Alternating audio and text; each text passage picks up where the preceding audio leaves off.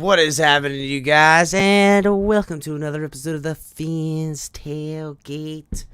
I am your host, El Capitan, and tonight is Friday night Phindicate, Crime Phindicate Friday. Everybody already knows we've been putting together these Fridays, trying to get it to adjust my camera. Open it up a little bit for a panel, looking ahead against the opponent, go into some stuff, discuss it.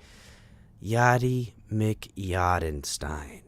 So, on your way in, guys, hit the like button. If you're watching on Facebook, Twitch, and Twitter, make the small but very worth it journey over to the Finn's Tailgate over here on YouTube. And subscribe. We are but within striking distance of 4,500, and we are but within just a little bit more to hit 5,000. We're coming up on the 1 year mark, about a week away, the 18th, so exactly 7 days away. We'll hit 1 year. So guys, let's get it. Let's get there. Let's try to get there. And we appreciate everybody that subscribes and all that good stuff. Shout out to the mods. I know there's a problem with the membership, guys. Membership and super chat is on hold for the time being, dealing with some stuff. It's a lot to go into, but just know this: the show will be back on track here in the future, and maybe we'll talk about it at a later time. Don't worry, we still have everything available through Cash App and Venmo. If you guys want to support the channel, we'd really appreciate that. Guys, Cash App and Venmo, as you guys know, written right down there at the bottom. $, the Finn's Tailgate, and Venmo, the Finn's Tailgate. You guys can always support the show through that way for all you guys that wish to. And guys, you also know we have great content on all the times. Tonk 7 will be back soon, but we got color commentary coming at you. Daytime, coffee time, anytime, every time. Watch out for your time and McTimenstein. We usually have Ali on Saturdays, but Ali is out of the town this Saturday, so that's why you guys got a special Tuesday edition of Late Night Exhale. Wait a minute. Yes. And you got me, El Capitan, all the other week. Good news, guys. New additions to the team. Going to be bringing content to you guys. We'll go into that. But yeah, some good things coming in the future. A lot of change coming for the better around here. Excited because there's going to be a lot more content, a lot better content, and ways to reach you guys on all platforms for wherever you're at, and you're going to have a great time, and you'll be able to get down with the TFTG family. Going to be starting a Patreon here directly. Like I said, a little bit of Discord action. Got a lot of new, fresh, fun things and content. As you guys know, trying to always keep you guys together. Also, guys, make sure you're hitting the links in the description for Fanatics, buying your gear from officially licensed official partners, Fanatics. You guys can also support the channel by getting some of the good gear we have here available to you at the channel. You guys already know we got the mugs, we got the hoodies, we got the flip-flops, we got your mamas, got your ladies, got your flags, got your beanies because it's getting cold. You already know. And pick up a fly hat. Also, guys, use offer code #TFTG when buying anything at Backroom Collections. And link is in the description. Make sure to let them know that we had Finn sent you. Got a couple of the boys in the back right now. Going to bring them up. But before I do, guys, again, hit the like button. Help the algorithm. Help people find it. And shout out to everybody in the chat who made it here nice and early. California, always, my man. Dolphin JK, what's happening? Lewis, family up in here. Chad, what's going on? The Fin Tank, what's going on? Andre, salute, Fins up. Jose Valdez, what's going on, homeboy? Bill, what's happening? Where have I been? Where have you been, Bill? I've been around. Paul, how goes it? Capping this mug. What's going on? 72 undefeated. What it is. For Alan. Oh, man. Moment of silence for Alan. Oh, man. He practiced today. Where is Mark? We don't know. Haven't seen Mark for a while. Hopefully Mark will come around. I know he's probably upset with the loss to the Jets, but he'll be back, hopefully, and we'll see him again. And I know, Mark is all right. Kevin Lee, what's going on? Let's go 7-3 in 36 hours. All right, Kevin. DTA in the building. What's up, buddy? So, yeah, guys, got some articles, got some content, got some stuff, but more importantly, got the guys in the back. What's going on? Iceman, what's up, buddy? What is going on, El Capitan? How are you, man? Oh, man, I'm doing good, bro. We also... Yeah, that's good. You sound good, Iceman. You sound real good. Yeah, man. I appreciate that because you already know. Thanks to you, man. But at the same time, Dolphins, baby. It's that time. Yeah, it is. Yeah. What's up, Mike C? DTA, what's going on? What's going on, guys? How's it going, El Cap? Doing good. Just getting ready to roll in. We got Color hanging in the back as well. What's going on, Color? How goes it? You're on mute. What's up, man? What's up? New attitude. What's up? Salute, guys. It's upside down. Well, there you go, Color. When did you get Color that? got it. He got it from Publix. Publix is always found here in Florida, as you guys know. In the South Florida area, you can get it. So is that a magnet or something, or is it like a? No, it's just a felt pennant. You can put it on the wall, right? They're like 10 bucks. Can't beat it. So, guys, before I get into some of these articles, what's concerning you about the opponent? Because there is things that could call for concern. It is Jacoby Molasses Brissett. Not too worried about him in the passing game. He literally, I think he has 8 touchdowns, 7 touchdowns, and 5 interceptions. Something really terrible like that. That's correct. 7 touchdowns. He literally has. By the way, 8 games played, and that's one more played than Tua. I'm saying Cutler, and not is it one more played than Tua? I thought. Oh yeah. Again. He's got half the touchdowns and twice the interceptions. That is pathetic. But their running game, 72 undefeated, points out, yes, their running game is something to watch out for. We all know Nick Chubb. We all know who Nick Chubb is. Their O-line, pretty good. Nick Chubb and Kareem Hunt both, man. It's a 1-2 punch. I don't think we've even encountered. And yeah, you could say we've gone up against another dual running back team in Chicago, but Kareem Hunt and Nick Chubb, that's a whole different playing field. That's nice, bro, but at the same time, just imagine the fact of the matter that is, if we stop that run right there, that defense shut, what I'm talking about, guys. Like, we know for a fact this defense can be a Super Bowl caliber defense. Yeah, I said it. Because if they stop this run, that's it. That brings so much motivation that we can single-handedly. That motivates them a lot, man. It really does. That's no stout offense that we're about to play, but I mean that's just how I feel. I mean, I have no clue how you guys think on that, but if you can, Iceman, you're over the target, my brother. You're over the target. Donald Henry points out Tua DVOA 51%. Next highest is Mahomes at 25. That's I'm guessing DVOA is adjusting, right, to the defense. Am I right, Donald Henry? Is that what that stands for? I think I've heard that stat before, right? Adjusting with the D or something like that. Again, it's a hard stat to equate because to me the defense is adjusting to this offense. We shout out to Mike McDaniel with his play calling because this is what happens. He forces them into zone coverage, and Tua will chew you the fuck up if you run zone on him. And again, if you run man and blitz and the protection is sound, Tua will dice you up over your head with the man-to-man coverage with his weapons. And he don't give a shit if you bracket Tyreek Hill. He's shown the NFL that 2 guys on Tyreek ain't enough. Yeah. So I'm pretty when he's sure going he's thrown to him, almost triple covered too. So I don't think he, just like you said, I don't think he cares. DVOA measures the team's efficiency by comparing success on every single play to the league's average based on situational and opponent. Holy fuck. So what is that? DVOA? That sounds like some smart ass shit there, Donald. Color, can you get us the DVOA pronunciation or exactly what it means. Shout out to Liz. Liz, you have a toothache. I'm so sorry. I have no idea what DVOA is. DVOA. What was it? DO. If you type in Google, just Google, just say what is DVOA. DVOA. What Yeah, is just DVOA? Football Outsiders. Michael K. FootballOutsiders.com.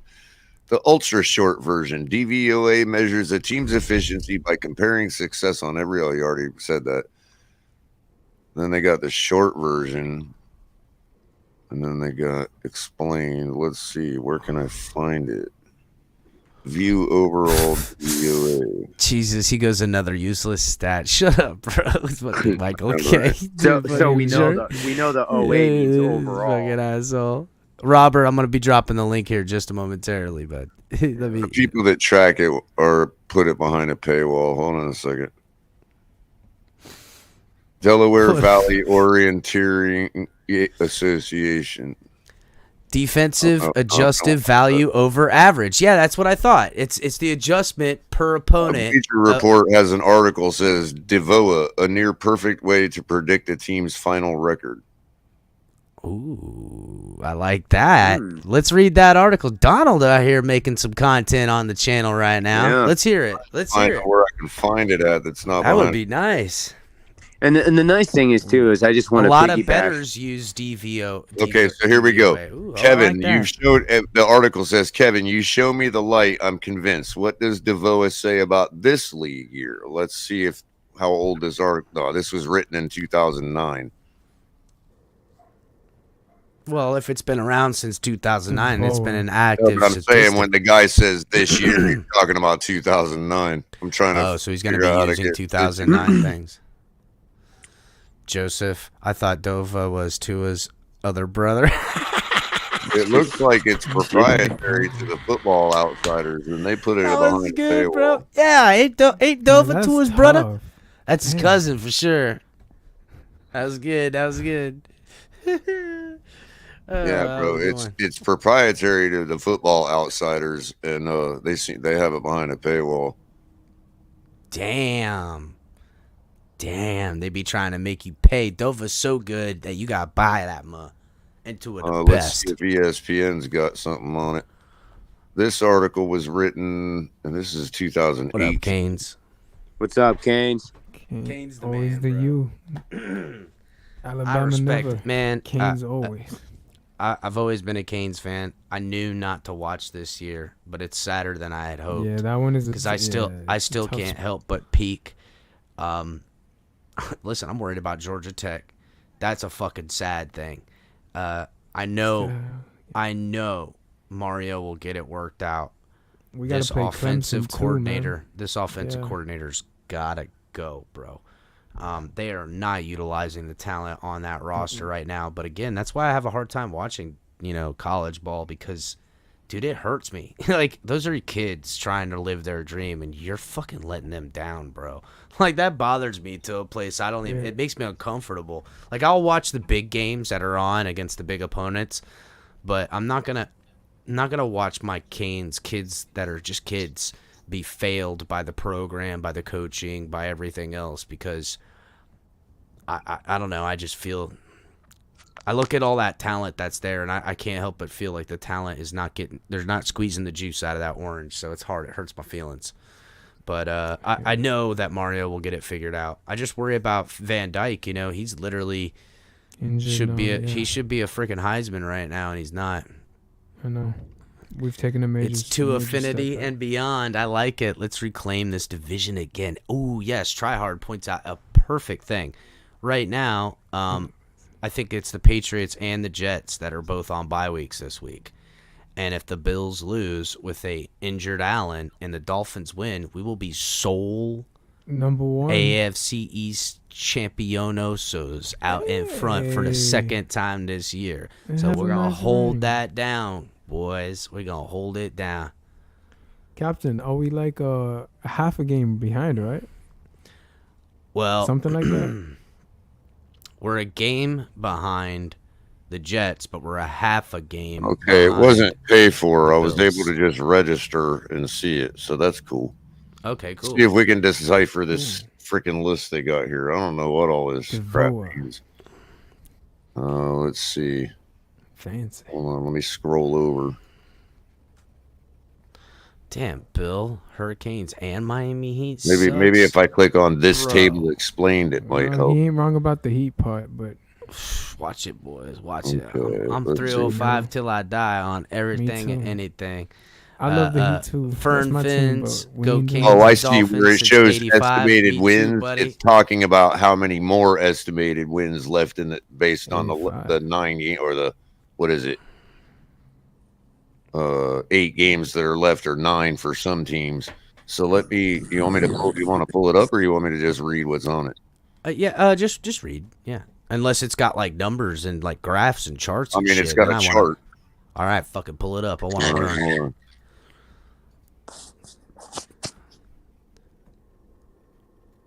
Brian's, or is it Brains? Brian's brain. I can't. It's messing me up. Brian's brains messing me up. Okay, I did the same thing when I read it. But my dyslexia is kicking in. Brian's. So does that mean it's large enough for everybody to see? Right?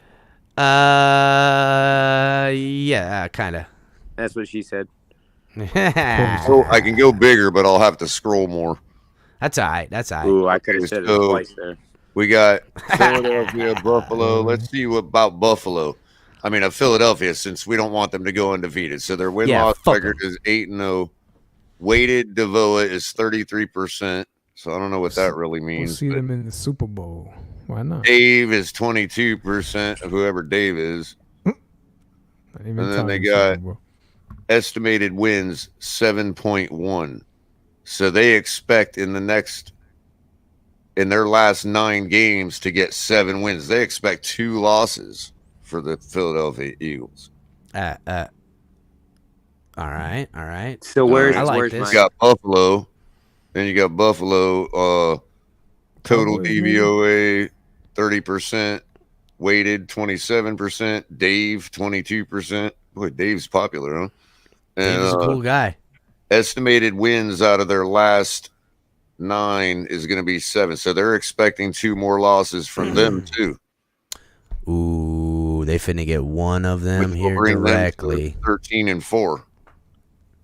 They finna. Well, they're gonna get over that. They're gonna lose 3 more football games, color. Right. Just so you know. Let's see where they have Miami at here. Hot take.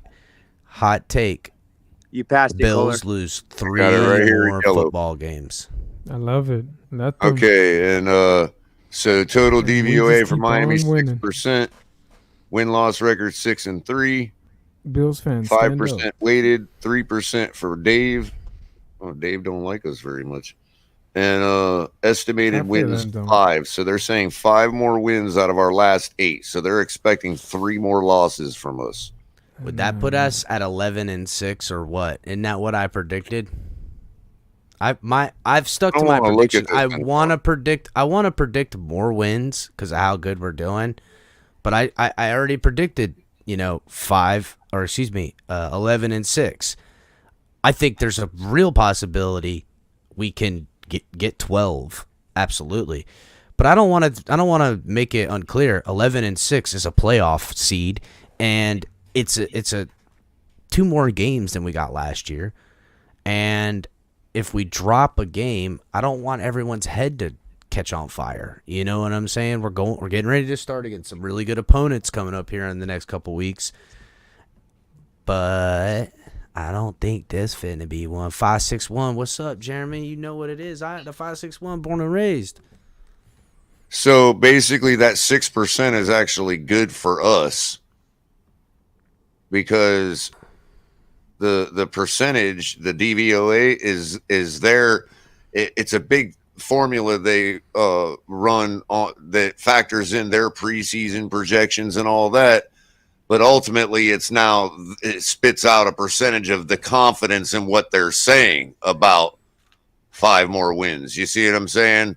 So if you're only expected to get 5 more wins, but your percentage of assurance basically is what it means is low, like 6%, then that could go either way. You can get less than 5 more wins, or you can get more than 5 more wins at a 94% chance of getting a different number than what they're saying. Whereas Buffalo, where they're saying oh, they should get 7 more wins out of 9. We're 30% chance sure of that. You know what I mean? Thank you, Canes. So there's a 70% chance that they don't get 7 more wins, whether it be more than 7 or less than 7. All right. Now I'm confused, Color. I'm not gonna lie. Like I kind of zoned out there for a second. I have no idea. I kind of zoned out there for a second. So they're expecting 7 more wins out of 9 from Buffalo. Okay, and they're expecting 6 more wins. And their sureness of that is in a percentage. That's the DVOA. How sure about that they are is 30%.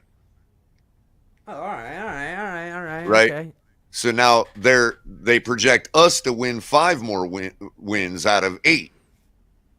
But their assuredness percentage of that is only 6%. So there's a 94% chance we do something else, whether it means win less than 5 or whether it means win more than 5. So we got a higher chance of doing something different than their projection than Buffalo does.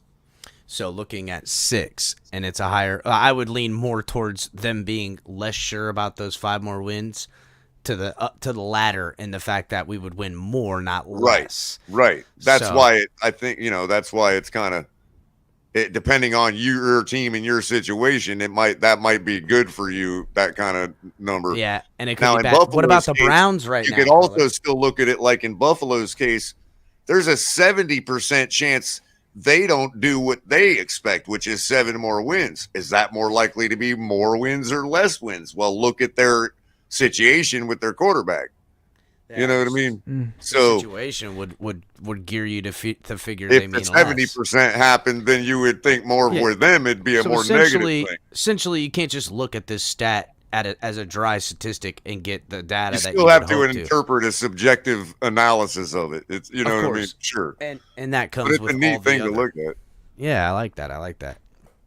Listen, I'm digging the Dolphins 12-5 all day, but again, 11 wins is more than obtainable, I think, for this team, and it will guarantee a playoff berth. Real quick, and by the way, the weighted DVOA is adjusted so that earlier games in the season become gradually less important. It better reflects how the team was playing at the end of the season. This is the stretch right here, November, December. Okay. So it's judging on last year's performance then, in some analytics, and what they're projected for preseason this year, like what they had projected. It's such a hard team to nail down if you're going to weigh in those type of projections, especially with a coaching change, player additions, things of that nature. I see why they only have 30% on there. I think we can all lean to more wins rather than less. And listen, we end up by the end of Sunday, coming here Monday, there's a chance we're out in front of this division. Right. And then so getting back to Miami, the weighted DVOA for that projection of 5 wins is 5.5%, and Dave's is 3.3. So Dave thinks we have a 97% chance of doing something else besides winning 5 games, up or down. Going deep into the playoff, maybe. We'll see. I think so. This team is, man. Donald says there's an article on Deadspin called Tua is the real deal, going over DVOA and stuff. All right. Deadspin, Color. How the hell? Well, yeah, because they also do different, like offensive DVOA, defensive DVOA, as far as other projections go, not just wins and losses. It's funny. Yeah. He goes femthins. That's pretty good one. That's using your noodle, Michael K. I like that. Everybody's got me wrong. I'm actually the anti-analytics guy. I started looking at all this stuff to prove that it don't matter. Yes, Color has, but everyone enjoys. I'm doing it for. I'm doing it as your guys is Everybody enjoys you delving into them, though, picking them apart because of your ability. I figure if I make an interpretation off of it, you all can be sure that, that I've made the least amount of assumptions in my interpretation of the stats, because I don't believe that math can be a proper illustration of reality. They've done studies, 60% of the time it works every time. That doesn't make sense. Perfect timing. Man. Why do you think we haven't found the formula for the theory of everything? Oh, I got that. It's written around here somewhere. I got it somewhere. Until they do, prove me wrong. They've already been working on it for 50 years, so good luck. I could get it. I just gotta delve into the. Hell, we're getting on 75 years. They've been working on that by now. That's all right. No sweat. So, again, let's curve to the DV. I mean, Color, if you can find that. Oh, we want to talk quantum physics. Damn it. Yeah, let's go ahead. Again. We'll do that Star Trek we were talking about earlier too, Color. Anyway. Anyhow, all right. Football. Chubb, problematic. Could be. Can Chubb X out? Yeah, I know. They need to watch out for him. That's what do you think? Yeah. Will Chubb take out Chubb? What I do there? Hey, Cap, did you know? What's up? Did you know that Bradley Chubb and Nick Chubb are cousins? Yes, I did. Did you know they might rub Chubbs? I know now. They're about to. I know now. I wonder if their mom sat him in the bathtub when they were like babies, and they were like, "Rub a chub, both in the tub." Oh hell yeah, you know it. Don't let them hear you call that out though, Color. Those guys are big boys. I know, right? I mean, be like, Color, keep our name out your mouth. I'm sorry, guys. No disrespectful. Nah, whatever. Family. So, run game we got to worry about, but yet these Dolphins have been very good against the run. Dolphins giving an average of 55.5 yards to running backs, and other than the Dalvin Cook that burst one, most of these running backs aren't getting 10 yards downfield. They're holding them, cleaning up inside 10-yard runs, and a lot of them go nowhere, and a lot of them, no one's running on us all over, not like we've seen in years past. That's yes, so to your point, we are currently again inflated statistical numbers against how we handle the run with these quarterbacks that put running numbers on us. I like what Joseph said. Said Chubb will run for less than 70. Yeah, I like that. I wonder where the line sits. I'll see if I can pull that up right now. With how many yards Nick Chubb could gain the over under. Because that usually can give you a decent measuring point. Even with Justin Fields' performance, when they show yards per game given up by us, right? That includes the quarterback rushing yards, right? Yeah. Yes. Right.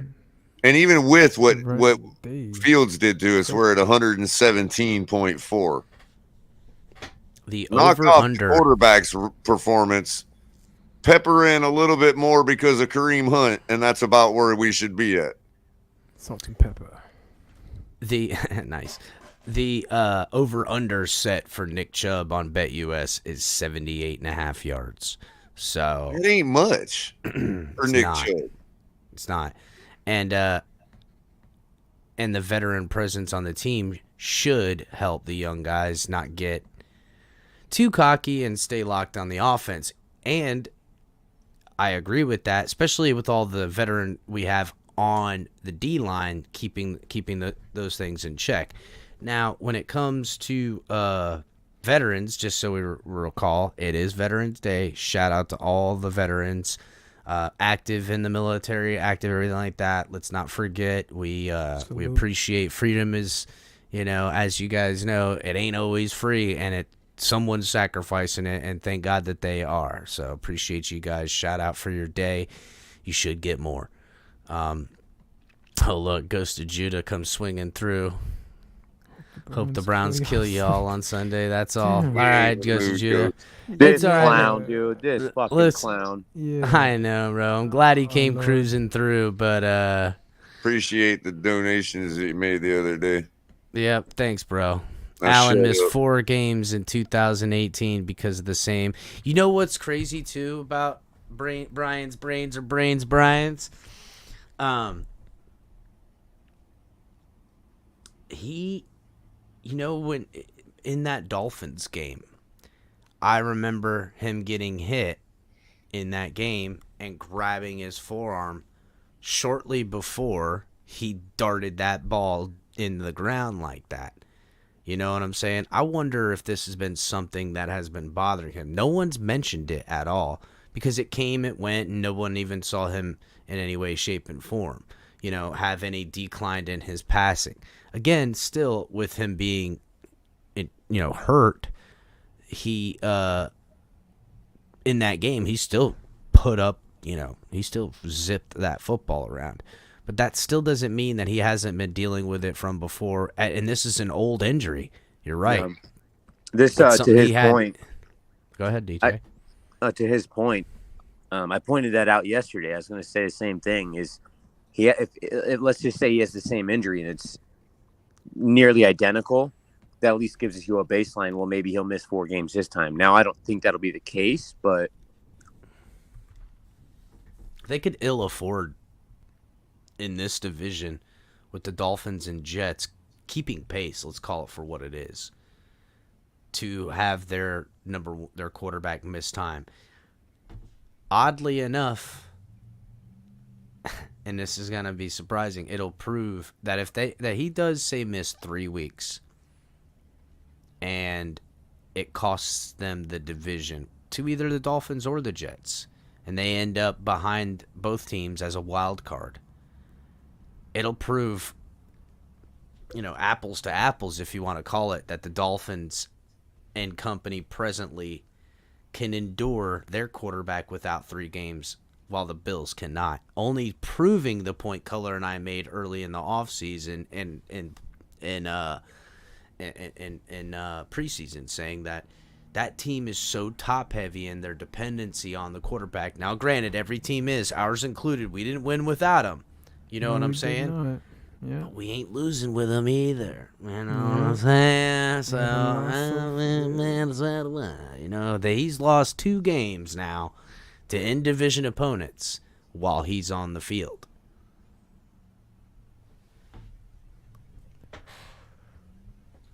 Just saying. Damn. Kind of top-heavy. Stand up. Kind of top-heavy for these Bills. If they end up sliding and losing it while he's out. If he's out, it's going to be an easy measure for the Dolphins, who, yes, did lose 3 games. But let's not put the context on there that all 3 games were the starting quarterback went down. Whether it was Teddy or Skyler, all 3 had dropped back down, and the backup was not there. Now, in this instant, if Allen doesn't play, the backups should have been getting snaps all week. Now, if they made the fatal mistake of not getting their backup ready, that's on them. It's a little bit hard to think, hey, I'm going to lose my starting quarterback 3 weeks in a row. Willing to cut Mike McDaniel a little bit of slack on that end because is what it is. And yes, he's 85% of their offense. Little something, something. Know what I'm saying? Yeah, little. That's right. Can I imagine if Tua wins the Super Bowl, the Tuaneers would go ape shit? Listen, Tuaneers and Tua haters alike, as long as you were a Dolphins fan at one point in time in your life, as the Dolphins are in the playoffs, every one of them will be in attendance as far as watching. And then beyond that fact, if they made it to the Super Bowl, you'll see nothing but a bunch of people that were never Dolphins fans. I've been a Dolphins fan my whole life. Got me a brand new Tua jersey to show it up. They ain't got nothing else to show for their shit. In fact, we've seen plenty of people these last few years just come up out of nowhere claiming to be Dolphins fans their whole lives Listen, I don't mind any new Dolphin fans. In fact, I welcome them. But you don't have to lie to make yourself your insecure self act like you've been around or know around or been something. I mean, where you been? We've been at the games. Where it's okay. Say hi. You know what I'm saying? So, again, we expect and hope everyone from everywhere, from far and wide, comes to Miami to meet us, to have fun, tailgating, partying, hanging out, living that real Miami even you, Michael K. You can come down, Bills fan. You'll be in good company. Ain't no one gonna toss you or roll you or anything like that. Now there might be some other people that people don't want to see. Just don't drink the water. Don't drink the water. On the table, dog. Just keep. Yeah, don't be jumping on our tables, bro. We can use our tables for food, playing cards, and strippers. Yeah. That's it.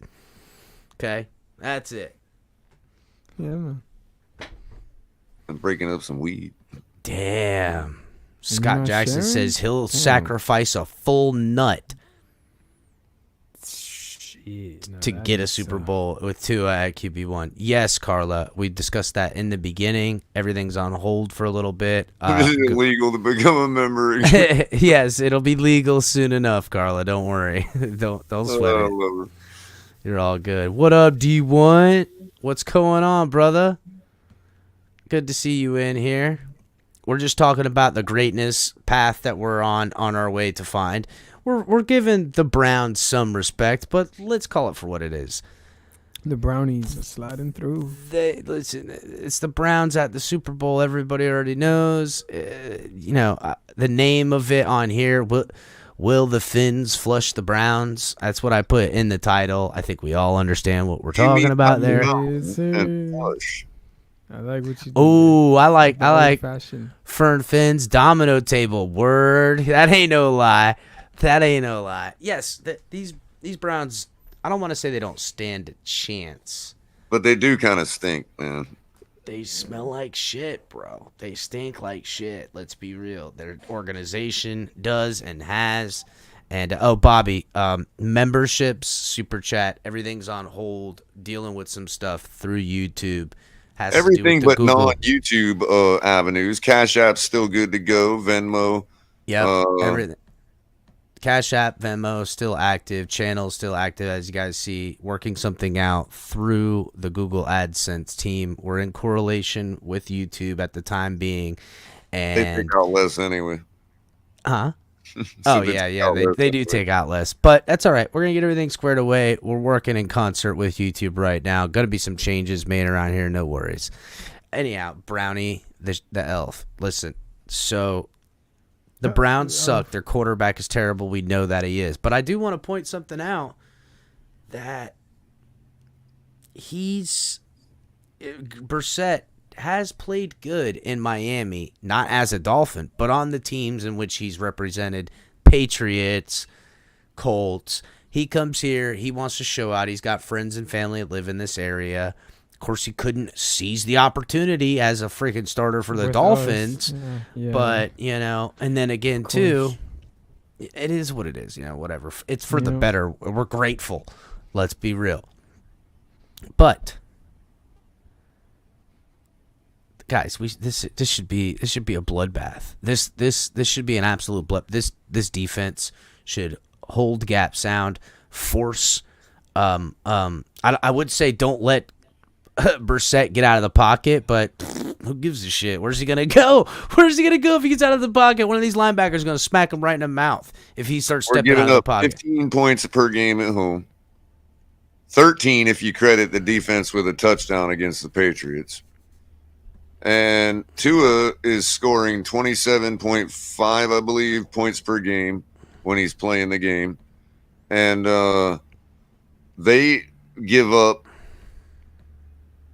I forget where they were at. Let me look at it again. They give up, where you at, guys? 24.9 points per game. Word up, Twisted. We're glad you're a Jets fan hanging on. You factor just games Tua played in, and you factor just home games. Just factoring home games, it's 15. With Tua, it's like 18. He could, but we'll see about. Again, it's the same as last week. If both sides of our ball overachieve, we should see like a lopsided score. What we should not do, Mike McDaniel, is allow ourselves to play their game. Exactly. That's what we should not do. Stoop into their play, stoop into their level. Do not, respond to their rushing attack with a rushing attack of our own in that way. Let Tua and you find the points in which Tua can dice. I don't give a shit if it's dart passes, deep passes, second level passes, whatever it is. Once you find your spot, gas masses and alcohol flasks. So whatever it has to be, make it happen and expose that. And don't stop until we have such a lead that we're considering putting the backup in. Robert, what's going on, man? Robert, you there? Robert. Can you hear me now? We can hear you now. We can hear you. Hey, boys. It's like the Verizon. What's up, man? Can you hear me now? What up? Can you hear me now? Yeah. Play Madden. Listen to you guys. Oh, word up. Just playing a damn troll who plays the Vikings right now. Weak. Yeah. You know what Twisted. Timothy was going on, shouting out to the chat. No, what was decent? You know, the reality is that the Dolphins would be the cause of the loss in this game. That's how it comes down. I'm gonna put Robert on mute. But that's where the loss is obtained by the Dolphins. We'll have to beat ourselves. Penalties, we've seen that happen. We've cleaned it up as of late. Not playing gap sound and allowing Nick Chubb to just go off.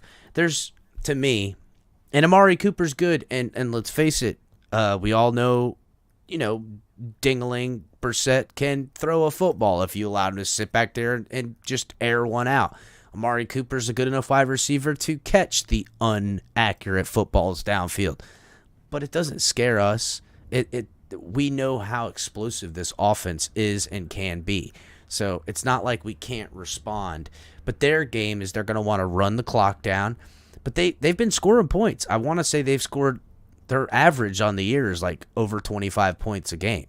So they're going to look to put up points. This defense at home, total different type of defense, guys. On the road and at home, totally a different type of defense. So we should see, we should see ourselves get better.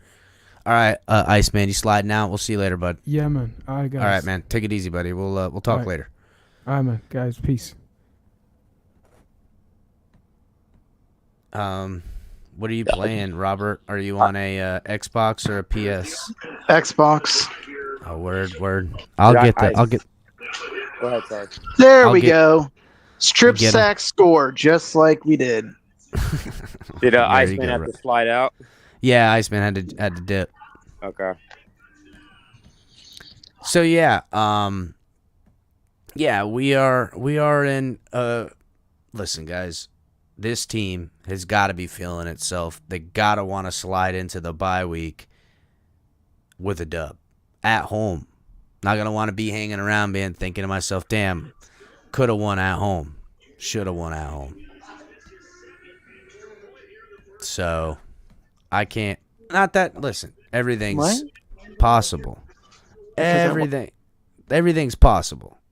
But if we're look, I'm putting my money on the Dolphins. You know what I'm saying? Like, what are we talking about here? Jacoby Brissett? Come on, Johnny. Not that their defense isn't good. Bobby Supreme, Chubb versus Chubb. They're gonna be touching Chubbs. So, interesting battle to watch is Myles Garrett on, obviously, Teron Armstead, but we know he plays both sides. Will it be Shell out there? Probably. Should be Shell. Coach alluded to that he wasn't planning on making any changes as of yet. Probably would behoove him to go ahead and, again, make that out of the bye week against the Texans, the coming out game for guys that have been, a little bit of Byron Jones. I don't know. I've been hearing some shit. I know everyone don't want to admit it, but told you guys a little bit ago, Byron Jones, as far as I'm expecting him back, is that Texans game to gear up for that Niners game, or at least be there for that Niners game. So hopefully that comes to fruition and gives this defense an added element it's been missing. Because we haven't been seeing those zero blitzes. We haven't really been running the type of defense that we'd like to run. And we just continue to take injury after injury in our secondary. As soon as we're figuring it out and going, okay, we can run these zero blitzes, Nick Needham goes down. Then Brandon Jones goes down. We're out to 4th, 5th, and 6th DBs that are roaming around out there, and really we just need to find our footing a little bit. What's up, Keith Smith? What's going on? Everybody, hit the like button, please. Please subscribe if you're new. If you're on Facebook, Twitch, and Twitter, come over to YouTube. Subscribe here on the network. It's much obliged. So, let me go ahead and get this article here. Again, Barry Jackson out here keeping receipts on Tua Tagovailoa's biggest critics. And he has an article entitled 3 of Tagovailoa's biggest critics change their tune, and who says he's the NFL MVP. Now, granted, for everyone who didn't know, I want to say it was either ESPN or something to that effect. Maybe it was even NFL that said the mid-season game of the year was the Dolphins' comeback win against the Baltimore Ravens. So that's the mid-season game of the year. Also, if you're looking at anyone with half a noodle in their head, early top 5 MVP votes, Tua's in that top 5. Ranked anywhere between 3 and 4 typically in all those rankings. A lot of people are giving him the flowers. Saying I ain't got a noodle in my head? Who said that? Just kidding. Oh, yeah. That's right. Carlos says, at least hit that like button, get some attention. So, let's go ahead. Let me close this. All right, here we go. Tua Tagovailoa told NBC's Maria Taylor recently that when it comes to handling criticism, I take receipts. Whenever I can use them to fuel for myself, I will. Said it just like that, too, in case you were wondering.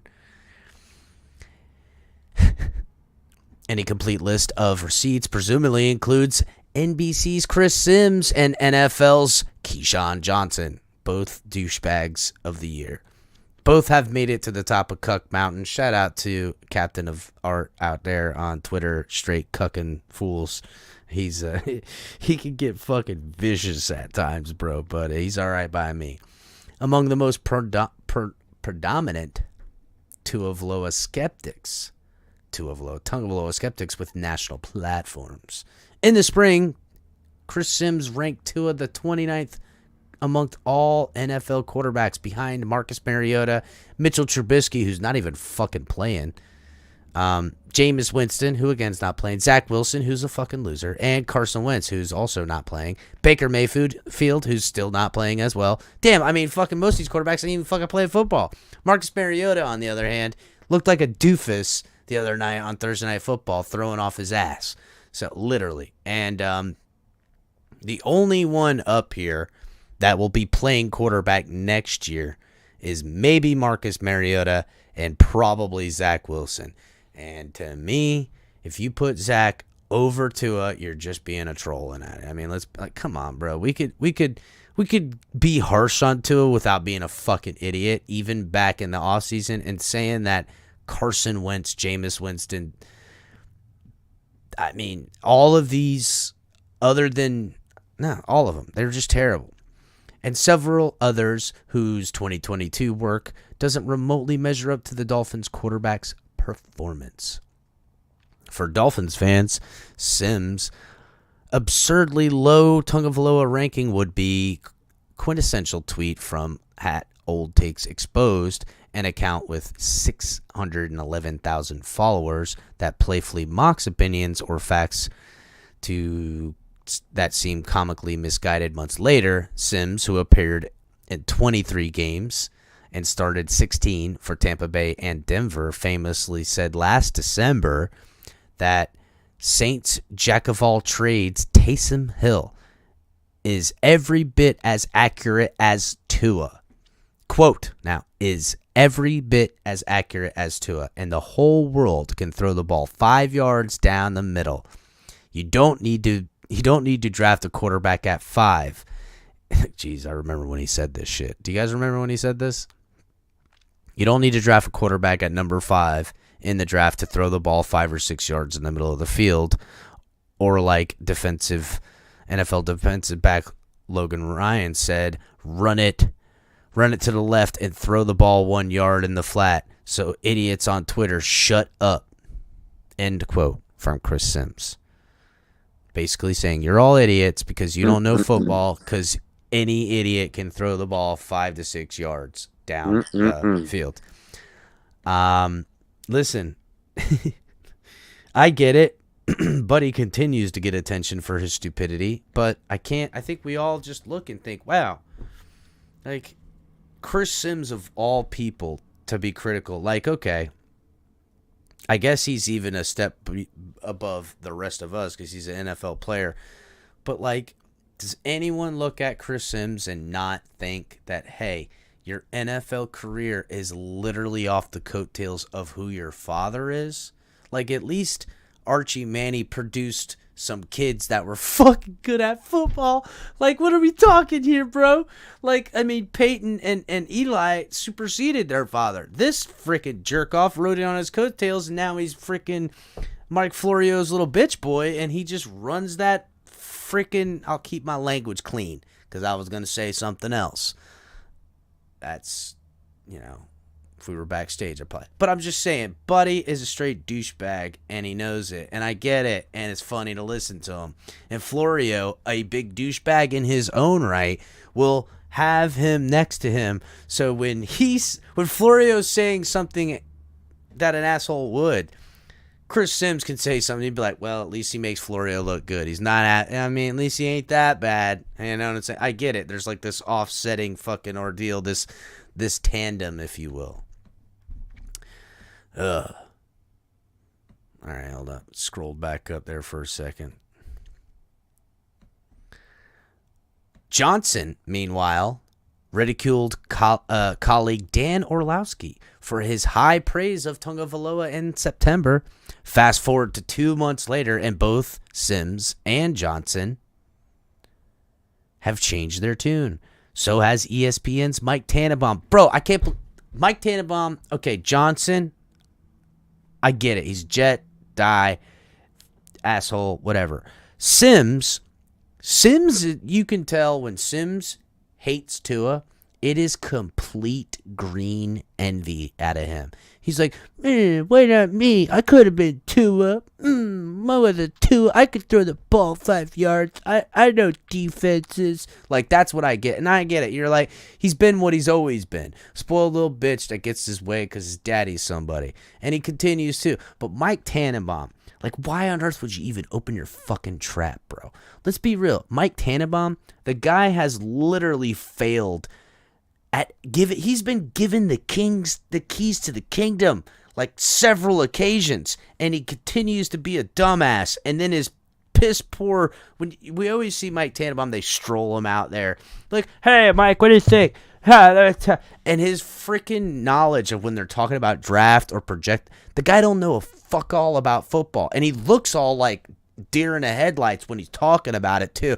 He's like, I'll tell you this. I think, I'm a fucking idiot. That's kind of how I feel when I watch him.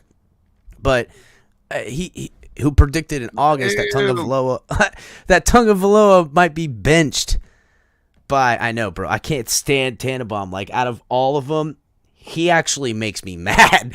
Like, the other ones I could kind of laugh at. I could see they're kind of trolling. I could see that Chris Sims is kind of a spoiled little bitch. I've seen that before in my life. I could see that, damn, I didn't really come out here to tear on all these guys, but fuck these motherfuckers, though. I'm just being real. But, dude, Tannenbaum he makes me mad. He kind of makes me mad. Like, bro, you were a GM twice. You've got to have tens of millions of dollars, but you still got to trot yourself out there on ESPN, wherever the fuck it is, and just out of your mouth right now. Like, bro, I can't stand that guy. He predicted in August that Tua might be benched this season. Sims' opinion now of Tagovailoa is leading the league, or excuse me, Sims' opinion now that Tagovailoa is leading the league with a passer rating of 115.9. What is it? They've got answers for everything, and this offense fits Tua's skill set, he said. He's got a quick release. He's smart, accurate, real aggressive, a good athlete. It's the greatest show on grass right now. Weapons everywhere. Tua is like a point guard out there. Ugh. God, it's just I can even hear when I'm reading his quote, the condescending smirk he has. What? Well, he's got the quickest release. He's smart. He's accurate, real aggressive, a good athlete. It's the greatest show on grass right now, Mike. Weapons everywhere. Tua is like a point guard out there. Did I nail it or what, guys? Can you hear the fucking Chris Sims? Yeah, it's absolutely. Really, you can hear it. Am I right? Am I on point with this or what? Johnson, a former 3-time Pro Bowl wide receiver, said in August that I'm not sold on Tua, and I know the Miami Dolphins aren't sold on Tua. Johnson has had an about face asserting this past week that Tagovailoa has become the Dolphins' most valuable player.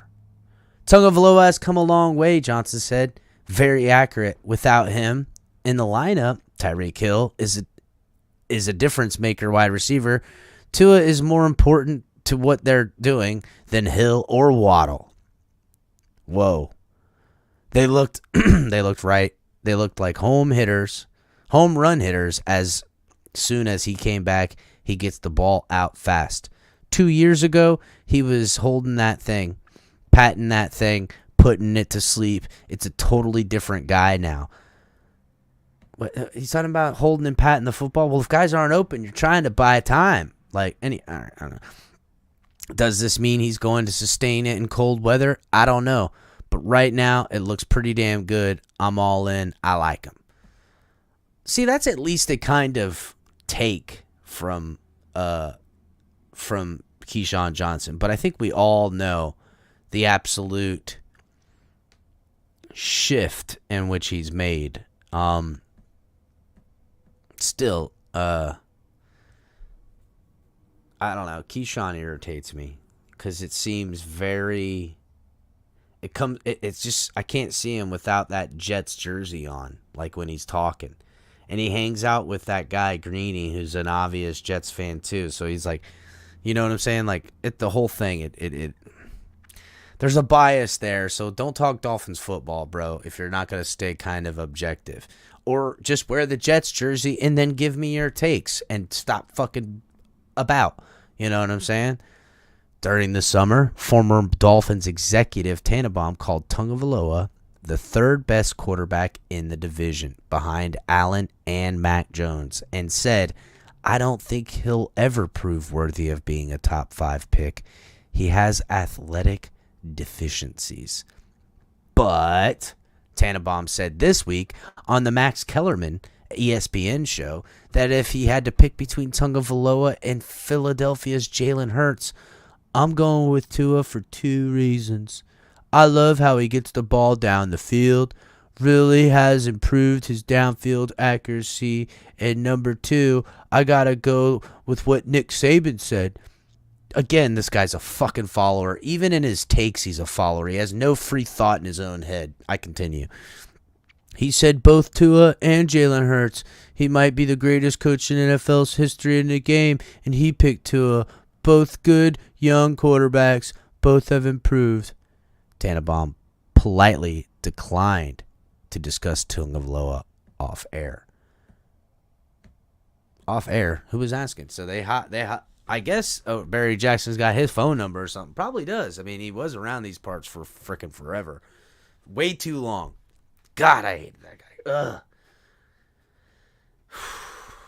I gotta take a break, guys. All this is hurts, like making me want to throw up. Color. Let me continue. The fact that Sims, Johnson, and Tannenbaum widely underestimated Tagovailoa isn't a big deal. Opinions are the lifeblood of the industry, but it seemingly is a big deal to Tagovailoa supporters, some of whom take particular pleasure in shining an unforgivable spotlight on his biggest critics, and when publicly shaming them to admit their mistake. It's a dynamic unlike anything I've seen with any local athlete during the social media era, and speaks to Tagovailoa's immense popularity in South Florida. And if there's a time for Tagovailoa's biggest supporters to gloat, now would be it. As NFL Network's James Palmer noted, Tagovailoa is on pace to become the 4th QB in NFL history to attempt at least 400 passes, average at least 9 yards per attempt, and produce a passer rating of 115 or better in a single season. Each of the previous won the MVP, and those 3 quarterbacks were Peyton Manning in 2004, Aaron Rodgers in 2011, and Matt Ryan in 2016. So, something interesting right there as we talk about Tagovailoa becoming potentially the MVP of the league. It's a shoo-in with those statistics, unless, which I seen on Twitter, somebody had reposted. I want to say it was John Christolakis that posted this. The MVP voters, as everyone knows, here it is. MVP voting panel is comprised of 50 sports writers and broadcasters from around the country who cover the NFL on a daily national basis. The MVP is a regular season award, and voters must submit their ballots before the postseason.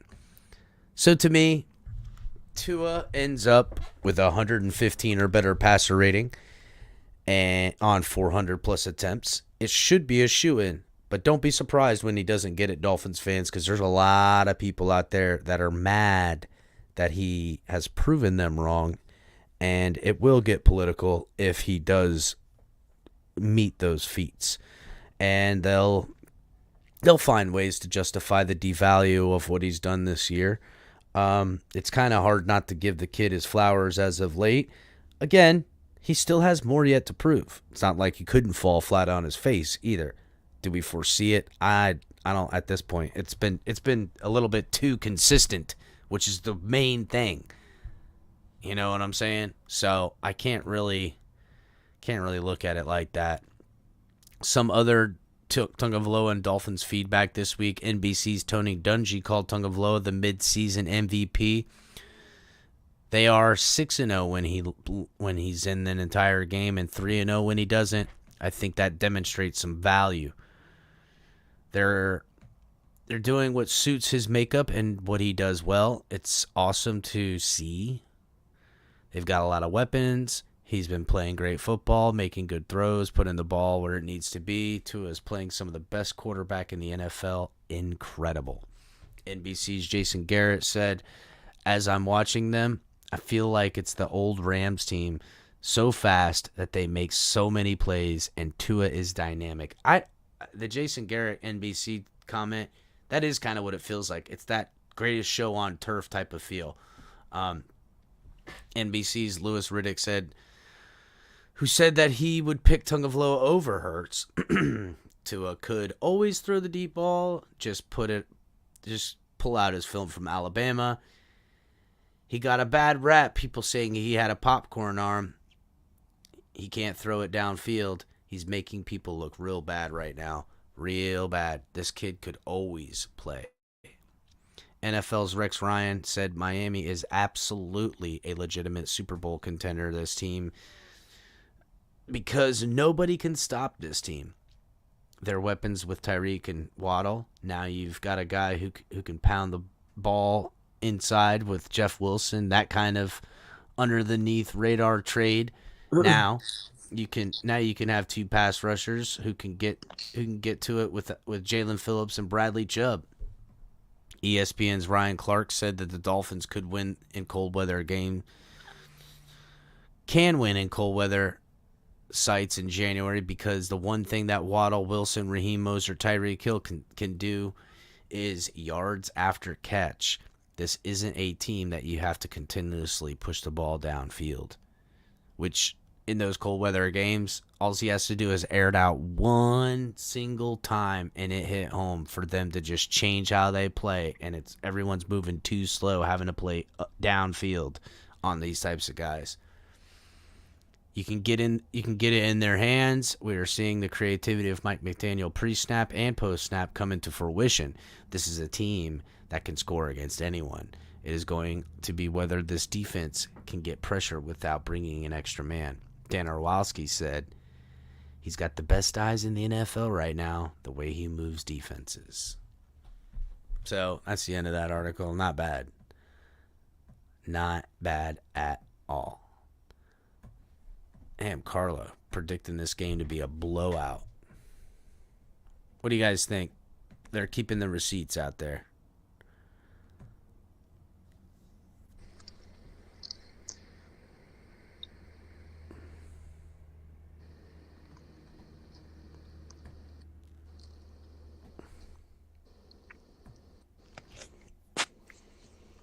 Let me pull this up.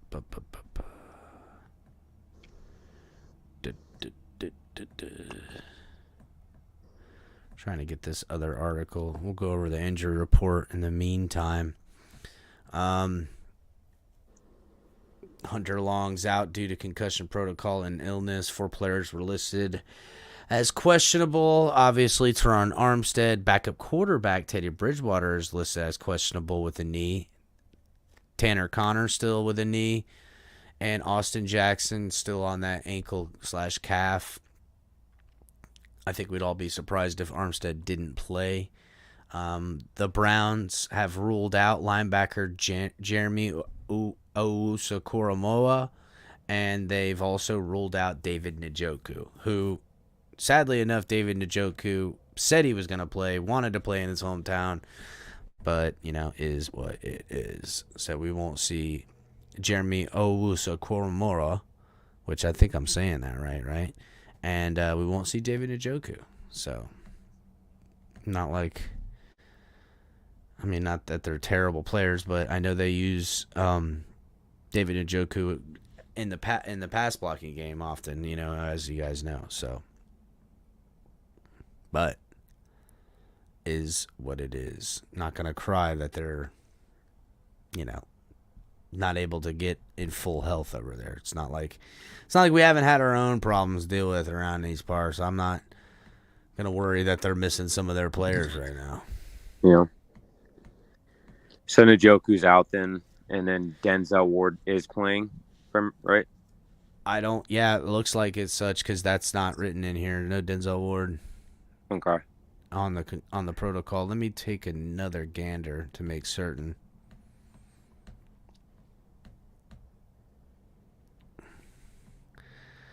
Denzel Ward. He was in full participation since Thursday, so he is in. Okay. The only person that remains questionable is Michael Dunn, a guard. So, but they are weakened at the Wyatt Teller is also limited all week. His status is good. He's not listed as questionable, but they've had some guys limited. Conklin didn't practice. He did have a full practice on Friday. They expect Conklin to play. So, Jadeveon Clowney, they expect him to play as well. That's fun. Honestly, look, Jadeveon Clowney, I don't know, is what it is. He's not been the same since Seattle took him. He really hasn't. It's weird. That guy looked like he was going to be a game changer, and he just wasn't. Does Chubb get a sack? I mean, honestly, I feel like this defense gets more than one sack. What do you guys think? Sack potatoes. Sack of my taters? I hope so. Cap, I want to stick true to my score prediction and what I think the game's going to go. I think it'll be. I'll just say it's close. I think it is close, but guys, I don't want to upset people here, but I don't know, man. I know, and I agree with you. Jadeveon Clowney is not what he used to be. That's for sure. But it's hard to not still be worried when you got Clowney on one end and you got Myles Garrett on the other. For for a handful of reasons. One of which I don't want to see Tua go down again. I don't want him to get injured. I don't want it to be a factor in the game, and limiting him from being able to get the ball out, even though he does so quickly like he normally does. But at the same time, the thing that gives me the most fear would have to be that 1-2 punch they have with their running backs, with Kareem Hunt and Nick Chubb. Amari Cooper, is what it is. Like, well, anything else on the offensive stuff? X is definitely not having a good year, and it's statistically one of his worst. I think we can all safely say that groin, he's still favoring at the very minimum, if not playing through injury. Yeah, absolutely. 100%. I would agree with that.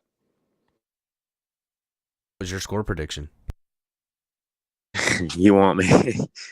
Yeah. You want me to let it out? Yeah. What is it? 31-28 Browns. Oh, listen, DTA. It could happen. I'm not gonna scold you for it. I gave us 28 points, so I didn't say we were gonna get our asses in. It's only by 3 points, but I hate to burst everyone's bubble. Like I said, there's just this. I know it's at home, and I hope I'm wrong. Listen, if we win, I will gladly come back, eat crow, and I'll apologize to everybody in the chat, everybody in here today. You don't have to apologize, nobody. You just worry that it's a trap game. I could hear. I feel you. I feel you too. You know what, man? If this team gets caught looking ahead at the bye week, thinking about vacation time, walking through these Browns, they're gonna get to the bye week, but they're gonna get there with one extra loss. You're not. This to me, depending on how the team plays, as far as clean football, will tell me whether or not Mike McDaniel let these guys get a little loose. But on your take for the loss, boo, boo, muck, boo, boo. Yeah. So, hey, don't worry if you got to eat crow, because I'm still trying to finish this plate of Tua crow. You can help me with that. Good. Yeah, I'll take some of that off your plate too.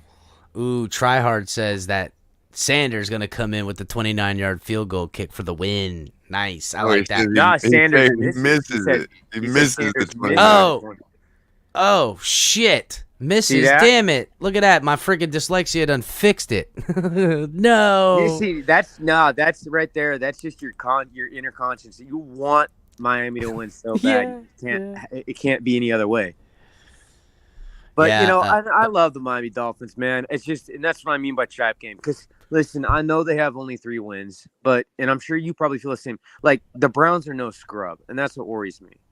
They kind of are. I mean, they won 2 of their first 3, and then lost all of them up until they placed a divisional opponent, which they know and see.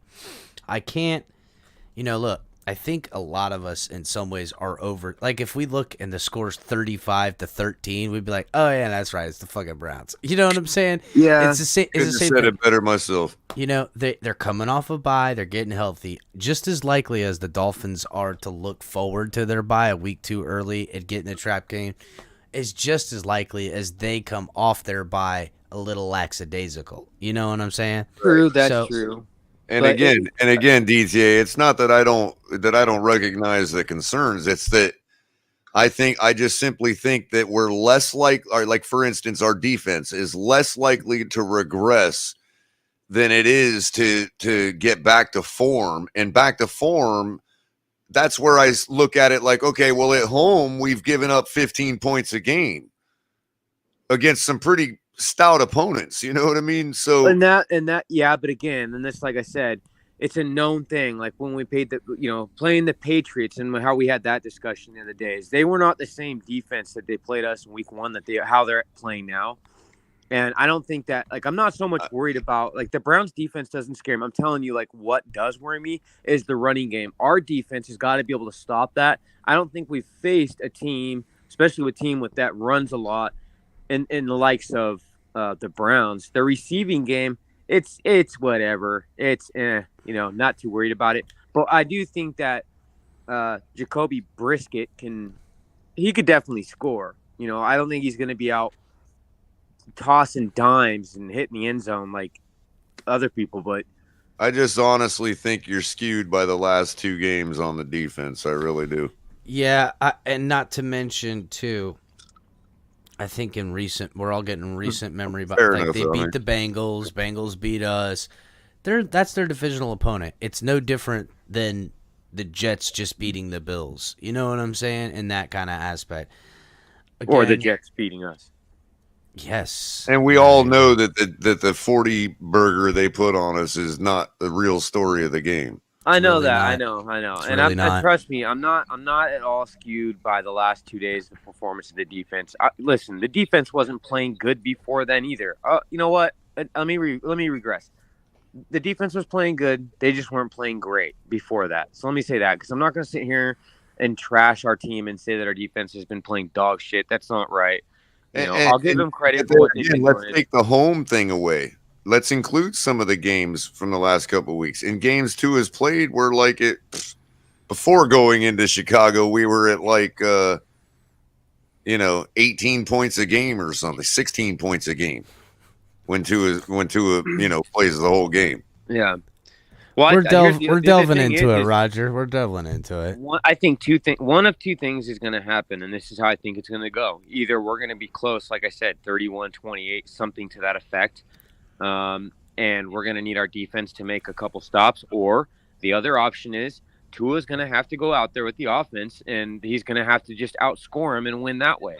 It's only going to go one of two ways. But I'm honestly thinking if our offense is clicking like that, like it has been, then I think that enhances our defense, especially at home.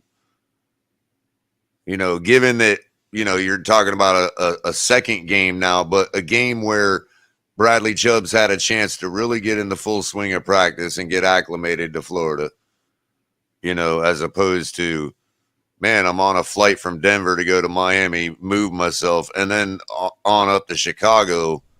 Yeah. You know what I mean? Getting a little settled with in. With all the other stuff having to deal with HR-wise, from plus he also he knows he got the bag. He's got to show out, and he's got to show out for the home team and the home crowd. He wants to have that welcome to Miami party too. Again, I'm just looking at it as in probabilities. Like, we're less likely to regress further on defense than we are to improve. Are you looking at it in the DVOA? You're doing the DVOA stats on it right now in your head? DVOA? Yeah, the DVOA. You're going through those? But I mean, if you're talking a loss, then to me it'd be like Capitan was saying earlier, it's our fault and it's a complete collapse. Yeah, I don't know about complete collapse, but injury, or not injury, but like penalties, turnovers, not staying gap sound on defense to eliminate or neutralize the run the way we have as far as going against running backs is concerned. This is not a rushing quarterback, so I'm not worried about him getting outside the pocket. Kane's Heat asks, how long do you guys think Josh Allen is going to be out? How do you think it affects the division? Color commentary towards you, Color. I honestly think that it could be up to a couple weeks, like even 4 weeks. Depending on track record on that injury, as DTA pointed out to us. He's had this type of injury before, but I think it greatly affects the division. To be honest, he also had this in college as well. Yeah, and because look, the games are tight. Last year, believe it or not, Buffalo only had 2-game lead on us, despite how everything turned out. Patriots squeaked in with 1-game lead on us. And so the division's never been as far out in my mind as people think, as most think. And now you're talking about, Case Keenum is a serviceable backup. I honestly know I trash him pretty easily, but you're talking about, okay, he gets you a win or two, but let's be honest. Case Keenum is not the guy that's going to sustain, and he could easily fail right off the bat. I mean, he's been nothing but getting older, sitting behind Josh Allen. It's not like he's honestly, their team is not like it really runs through Josh Allen, and that's a big thing. They could easily drop 2 extra games than first. Yeah, if he's out a month, they could easily go 3-1 or 0-4 in that because of how top heavy that team is. Listen, they got for the guys in the chat, listen, don't give me that horse shit that X is going to get picks. We're going to get 5-6 sacks. That's bullshit. Till this team shows us that we can do that. Don't even give me that. Well, they did at home. No, we haven't. Kohler, no, we have. We have not got 5-6 sacks on any team. No, but come on, man. You got to give credit to the defense. They shut out the Patriots, man, effectively. Plus, we got 3 turnovers in the last time we were at home. That's fine, but my point is that we have not gone out and totally dominated a team with our defense. That has not happened. Domination is totally different than them coming in clutch once in a while.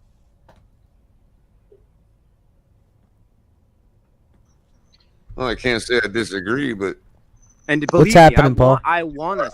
What up? Our defense was still constructed the way it was in week 1. We probably would have started to see a couple dominant performances. Yeah, I agree with Kohler there. I agree with Kohler there. If we still had Nick Needham and Brandon Jones on this team and somehow got Byron, this team is shutting 100%. Bitches down. That's fair. That's 100% fair. And it just seems to me that slowly but surely we're picking up the slack from that. We're ice picking away at that. And it seems like this team has pivoted on a focus on the back end to a focus on the front end. Oh, yeah, ladies, I said it. What's up, Paul? What up, Cap? What's going on, man? How you feeling about this weekend? I'm feeling good. I mean, our offense, nothing bad has happened that would say that we're going to slow down. So I think we'll just keep on humming. So I think our offense will be good. I think our defense will probably be a little bit better since we're at home. To clarify, Paul, too, I don't think our offense is going to slow down at all. I think our offense is going to continue to do what they've been doing. Yeah, I think so, too. So the offense can put up 35, and yet the defense can give up 38. A running game alone can keep up with that against our defense. That's what I'm saying. I mean, okay, say Nick Chubb just goes the fuck off, has 200 yards and 2 touchdowns. Could that still stop this offense from competing against it? No. What I'm saying is, look at what Dingleberry just did for Kermit the Frog, whatever the hell his name is, for the last team. That quarterback, yeah, he looks like a fucking Muppet, totally. Like he had a historical day. Dolphins offense, defense again. To Josh Boyer's point, who was did an interview, I think it was like 2 days ago. He said, there is things we are adjusting. We're having to play a different game, and what he's talking about is we're having to play a lot of deeper zone than they're typically. They're not running those blitzes, 0 blitz. We've barely seen it at all this year. And to his point, when it matters most, they shut them down. He said in the interview, he goes, there was 11 minutes and change, and the score was 35-32, and the game ended at 35-32. So we gotta. I don't want to say. Listen, I'm just like I point out where Mike McDaniel's play calling is going to get us into some trouble if he doesn't get his act together. It's the same. Well, you're about to get an ally coming up on the panel for you, DTA. And look, I'm not trying to be unfair to you. I get where you're coming from. And that's what this game really has a lot to show us all. You know what I mean? Like, where are we at in what your concerns are? You know what I mean? But the Browns, that's the thing. The Browns, yeah, I mean, I agree with you, but I don't at the same time. The Browns is still not my litmus test. No, not overall. I just mean as far as the concerns you're talking about. The Browns are a good enough team. The Browns are a good enough team that if we dominate, like you're saying, that's at least a little more comforting than. In other words, that answers a few of our questions tonight. You know what I mean? And I agree with that 100%, Kohler. I would agree with that. And to clarify too, what I meant is, I don't think that they're gonna. I'm not worried about them shutting down our offense. I'm worried about them being able to fucking score just as much as we do, and outscore us. I just don't know if you can do that with a running game alone. Well, even they a can short do, you know, pass the thing game is with a guy I like. I beg to differ because it almost happened last week. Absent of that block pump for a touchdown, we would have been outscored running That's game right. alone. The only reason we won that game was that block punt. We're gonna all of a sudden act like the quarterback had nothing to do with that. All right, okay. No, that's not what I'm saying at all. I'm saying look again. I don't know how we got on the subject of Tua. I don't think either of us mentioned him. Tua did great. I'm talking about Justin Fields.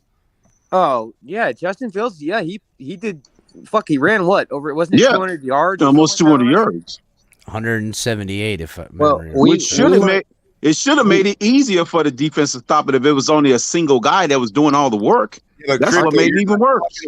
You're not talking about these are all scripted run plays that we can get used to their formations. These were all off. Half of them were all off script long runs because coverage, because protection broke down and all that.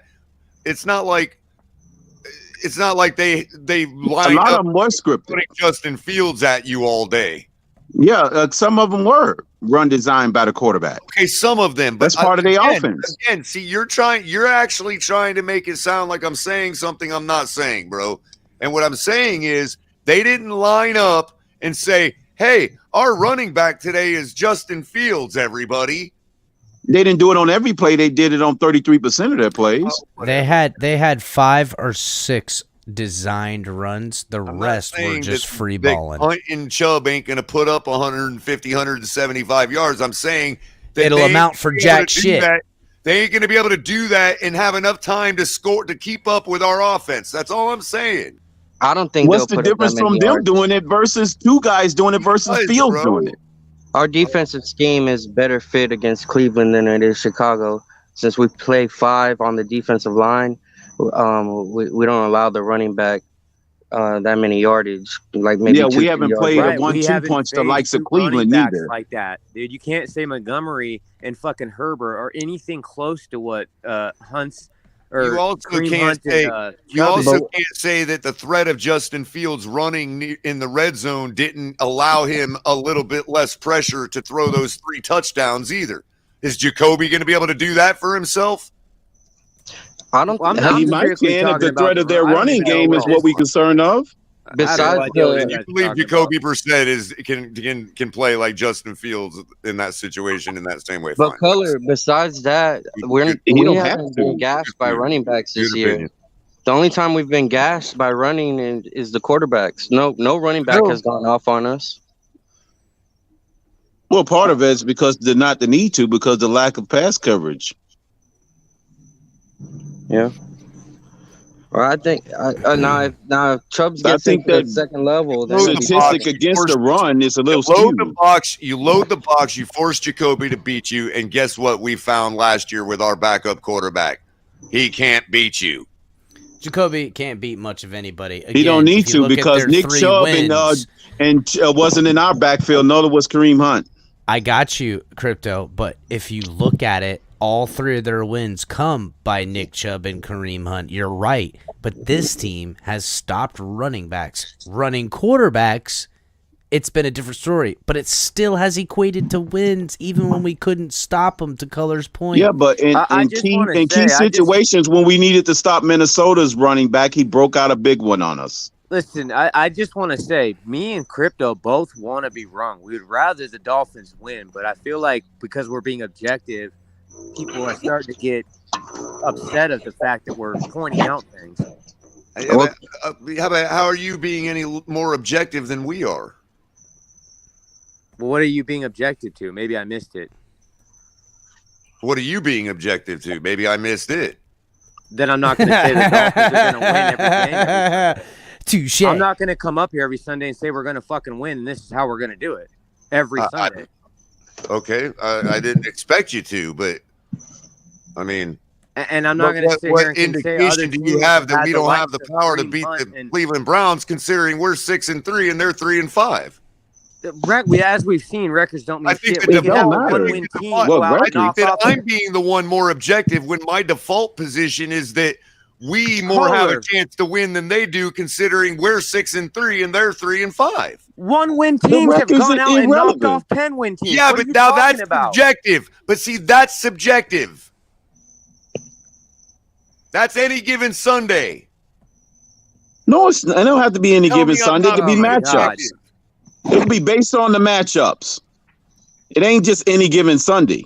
It could be based on how you match up in that 3-hour window, not what other teams have done to other teams against other teams. God, you guys are the only objective ones that walk the planet. Okay, fine. I'm the most objective. I'm not saying I'm the only objective ones. You can say I'm the most objective. You don't have to be chalk and pick based on record. You can based on matchups. I don't appreciate being accused, acting like I'm attacking you because you're the only ones being objective. If you think you're the only ones being objective, then what the hell am I doing up here? You're not being objective, apparently, Color. Listen. All I'm saying is I'm not up here. Other than Iceman is the only one has the right to get up here and say we're going to win every game every week because that was his preseason prediction from the start. There's no reason to do it just because of that. So, well, he's the only one. Are you saying and didn't equivocate for some reason to be the one to be the contrarian this week? But hey, Crypto, are you saying contrarian? I picked us to lose to the Browns regardless. Put your money on it. Oh, you picked us to lose to the Browns, Crypto? Yes. What's the what? That was one of our 6 losses. I predicted. I ain't waver from it. Well, nothing that we did changed that calculus. All season long in the first 9 games is no different from the first 9 games in 2020. Crypto, matter of fact, that 2020 team has scored more points than we did this year's version of the Miami Dolphins. Have you looked at the DOVA statistic though? The what statistic? The DOVA DOVA. Is that right? What about the DOVA? Have you looked at Have you looked at the DOVA statistics?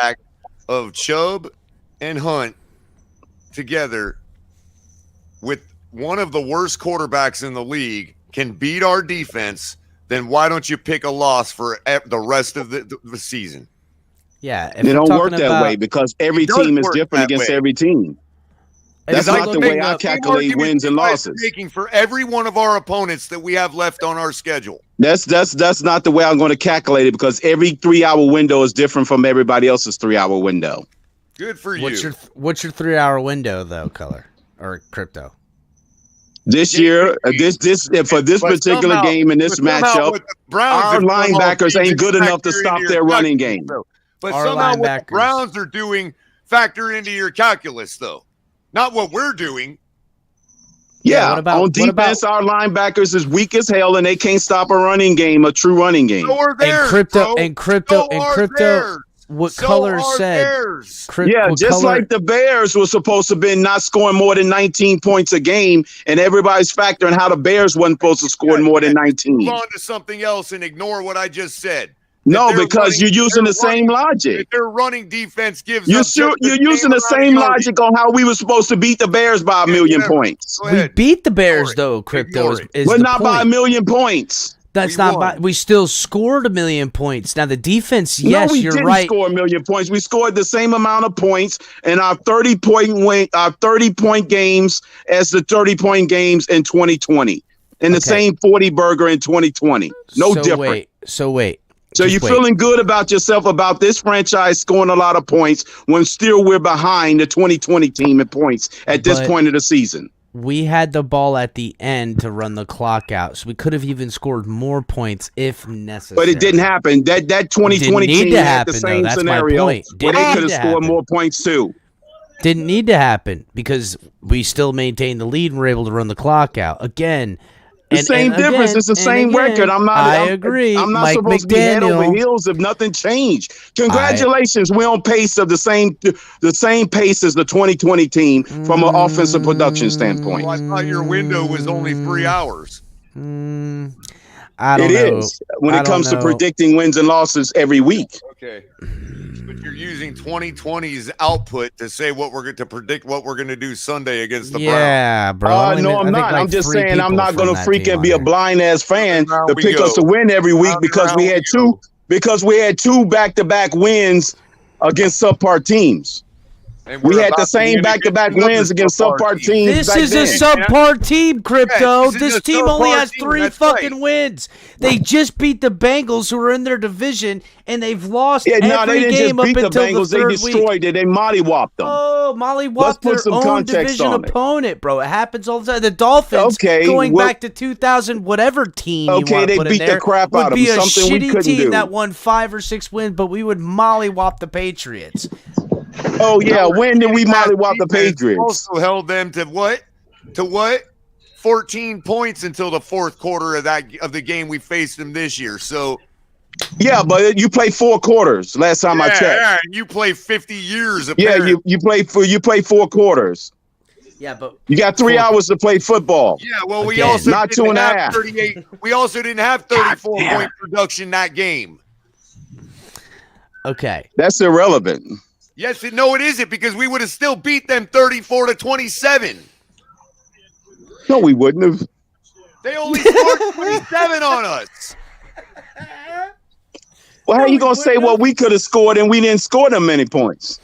Because we've been doing it with our full squad.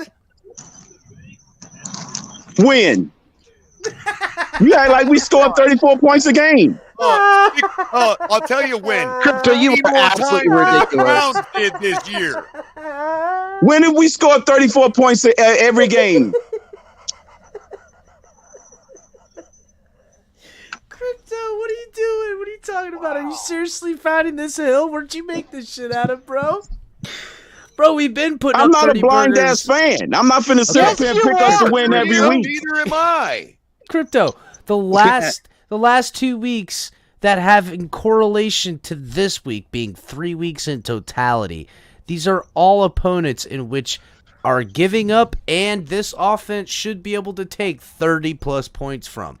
Yes, could we find ourselves... Well, yeah, the Cleveland Browns last game, they didn't give up 34 points. Holy fuck, the first time all fucking season. You can't go off one game, dude. The way you're talking, you can't change the narrative. Well, that's my point. You can't go off this game. We're not. We're going off of projections to this game, bro. You did too. What? We can only take your projection? Good for the goose is good for the fucking gander. Exactly, but our counter argument points like that. Yes, I know. I'm gonna use this metric. About? You can't, Robert. You want to extrapolate from previous games? Why come I can't? If we're extrapolating from previous games, you're the one that claimed a 3-hour window. And then you say we can't do it, and then you go and do it anyways. And you want to? I didn't say you can't do it. You do the fuck you want to do, Robert. Crypto, and then you want to go back and extrapolate a year where it's a completely different scenario, completely different. It's not a fucking completely different scenario. Robert, is it not a completely different scenario? No, because you don't want to fucking understand it. I'm not fucking gleeful. I'm not blind ass glee. Because of what we're doing this year from a team standpoint as far as our output. What did you say? You proved your point. You're not a blind-ass fan, but neither are we. Yeah, I gotta say something, Crypto. I consider myself to be pretty approved. Then yes, we're gonna lose to the Browns, according to Crypto. I have proven my allegiance to not blind faith. I have proven my allegiance to being objective by agreeing with Crypto to to bend the knee to a loss. Am I right, bitches? No, Crypto. I see an opponent that looks eerily similar to the last 2 opponents we just put 30-plus points on. Eerily different. Yes, eerily different in how they get their points. Absolutely. Power running game, not a mobile quarterback. Ooh, but eerily different than the week before. Not necessarily a running game, but a passing game. The Dolphins have shut down a passing game, shut down a running quarterback, and this Sunday they finished shut down a running game offensively. And that'll be the trifecta in which we'll slowly walk into ourselves into the bye week to then come out with answers on defense, on how they can go back and look at these past 3 wins and what worked and what to implement into the next opponent, which, let's be real, it's the fucking Texans. We should mollywop them after a week of rest. What team have we mollywopped all season? Finna be all the teams, Crypto. All of them. Mollywopping our way to a Super Bowl. What you talking about? I don't give a fuck about a mollywop. Just make sure the score is the right score, the winning one. We don't have to mollywop. I'm actually predicting a score of 28-21 or 24 Dolphins. Not too extravaganza. If the Dolphins equate to at least 1 turnover, that score goes immediately to 35, in which case they'll still be in the teens. By the way, you know why I predict that our defense will get back to form? Because there's a 3-year running track record of them holding our opponents to 21 points a game. That 20 year. You do what the hell you want. I don't give a shit. We know how you the don't hell give do a you shit, think but we're you going to can't get down see to what's in 21 front of points a game? You goddamn right. You can don't get stifle better. yourself, Robert. You damn right. Because I don't walk by the beat of nobody's drum. Myself. Stifle You yourself, can't Robert. see what the hell is in front of you. Where's your evidence of that? Dude, Where's your fucking evidence of that? Because you're calling it the same, and our it's defense not. will get better. You're calling it the same as it was 2 years ago, and it's nothing the same. I ain't said it was like it was 2 years ago. I'm saying the offensive output is the same. No, you just said it was the same circumstances as 2 years ago. You want to Well, were we not 6-3 2 years ago? No, I'm not talking about the record. I'm talking about the goddamn. Okay, that's what I'm talking about. We arguing apples and oranges. Crypto. Robert, can't you read Crypto's mind and know what he means? And I'm talking Robert, about our point do a better totals. job at reading his mind, Robert. I'm talking about our record and point totals. No, I'm talking about our record and point totals. I'm talking about our record and point totals. Nothing more, nothing less. Our record and point totals. Our record and point totals. Our record and point totals. Our record and point totals. Our record and point totals, slap nuts. Our record and point totals, numb nut.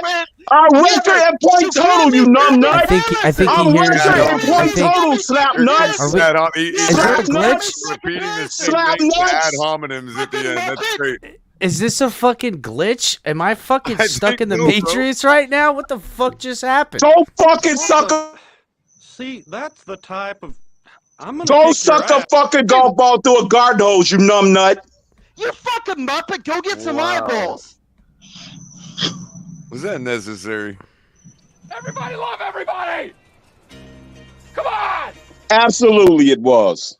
Why? If you want to make a comparison you that 1 explain year to to me the why it next, was and then when necessary? you get called down on it as not being the same, it's not my fault if you get in your I damn never shit. got called out as it not being the Yes, same. I you made my did. point. No, you didn't. Yeah, you keep on cheerleading from the sideline. Last year, You keep on cheerleading from the sideline, numb I'm nut. calling you out on your shit right now. You Yeah, fucking keep idiot. on cheerleading from the sideline, numb I'm nut. not cheerleading from the sideline. I'm talking to you You're right Yeah, now. keep on cheerleading from the fucking I'm not sideline. cheerleading from the Yeah, no Crypto, comments from the peanut gallery. Crypto, wait, No wait. comments from the We fucking all, peanut gallery. we all No cheerlead comments from from the the fucking sideline. peanut gallery. Cheerleading No from the comment sideline, from you the fucking man. peanut gallery. Oh my God, we're No stuck in the comment fucking from the Matrix fucking again. peanut gallery. No Keep turning comment your from the phone fucking palms peanut up. gallery. You wanna No talk about fucking peanut comment gallery? from the peanut You gallery. should shut the No fuck up fucking if you- comment. Everybody love everybody! No fucking comment from the peanut gallery. No fucking comment. No That's where fucking you're comment. Go coming from. cheerlead somewhere That's else. where you're coming from. Go cheerlead from That's somewhere where you're else. fucking- Shut up, bitch! Go cheerlead from somewhere else, you blind ass fan. Man, Peanut I'm gallery not a blind ass reference fan. me. I don't know. Yeah, go ahead. Go do it from the peanut gallery, you mother. Peanut gallery, that's you, my man. Peanut gallery. Yeah, the motherfucking peanut gallery. King of the peanut gallery. All right. The glitching is happening. I don't know. Fucking moron. You There's fucking something going on my idiot. computer right now. You can't make comparisons like that and then say you did. You did. You compared 1 year to the Of course other. I made a and comparison. I then never said I didn't. That was the only thing I was making an example of, slap nuts. Well, open up your that's fucking ears. Bullshit. Why don't you? Where are you? Open up your fucking ears. Shit, because you ain't That's listening to your you, own Crypto. self-talk. Open up your fucking ears. You aren't listening to your own self-talk, you fucking idiot. Open up your fucking ears. Learn to listen to your fucking Open self. up your fucking ears, dickwad. Yeah, I think. Is he saying keep picking the Buccaneers? Is that what he's saying? Keep picking the Buccaneers. That's what I heard. Look. All right, Crypto. We're trying to measure from past and presently recent future to project an opponent that, yes, just handily beat a divisional opponent that they have through the pantheon of their existence, even when the Browns have been shit stains on all y'all's undies from not wiping properly. Your name is literally the Browns. They have beaten teams in their division to play upset, to have moral victories, to show out. A victory in which they found themselves handily catching, great running performance by Nick Chubb. On a bye week, should come rested. This defense does good against the running backs. So it's not like we're thinking out of wherever. And you know what, Capitan? Has nothing to do with even if we don't do good against running backs, guess what we do? Better than the Cleveland Browns. I'm saying, right? What are we talking about here? The Cleveland Browns give up 123 rushing yards per game to pure running backs, except maybe one game against Lamar so far. To me, the Browns don't win this game So did the Bears. Running the football. The Browns win this game because Jeff the Dolphins Wilson shoved it down their throat whenever we To handed the tune of 3 yards per carry, absolutely. Excuse me? To the tune of under 4 yards a carry, absolutely. No. It was 5.7. No, it was 5.7. Well, we're going to look right now. Yeah, it certainly wasn't no 3 yards a carry. I want to say what was our team's rushing yards per carry? That's not team. You said Wilson, and Wilson's average continues to be 5.7. I know that as a fact. So it's not like it was damaged, and he caught a touchdown, which we haven't had. Yeah, it was a passing touchdown. He run it. I just said caught. I said caught. You damn right. So fucking what, moron? What is your fucking point? He caught a goddamn touchdown. What is your fucking point? I'm your huckleberry. What is your fucking point? 5.67 yards. 5.6. See, what did I say? I said fucking 5.7.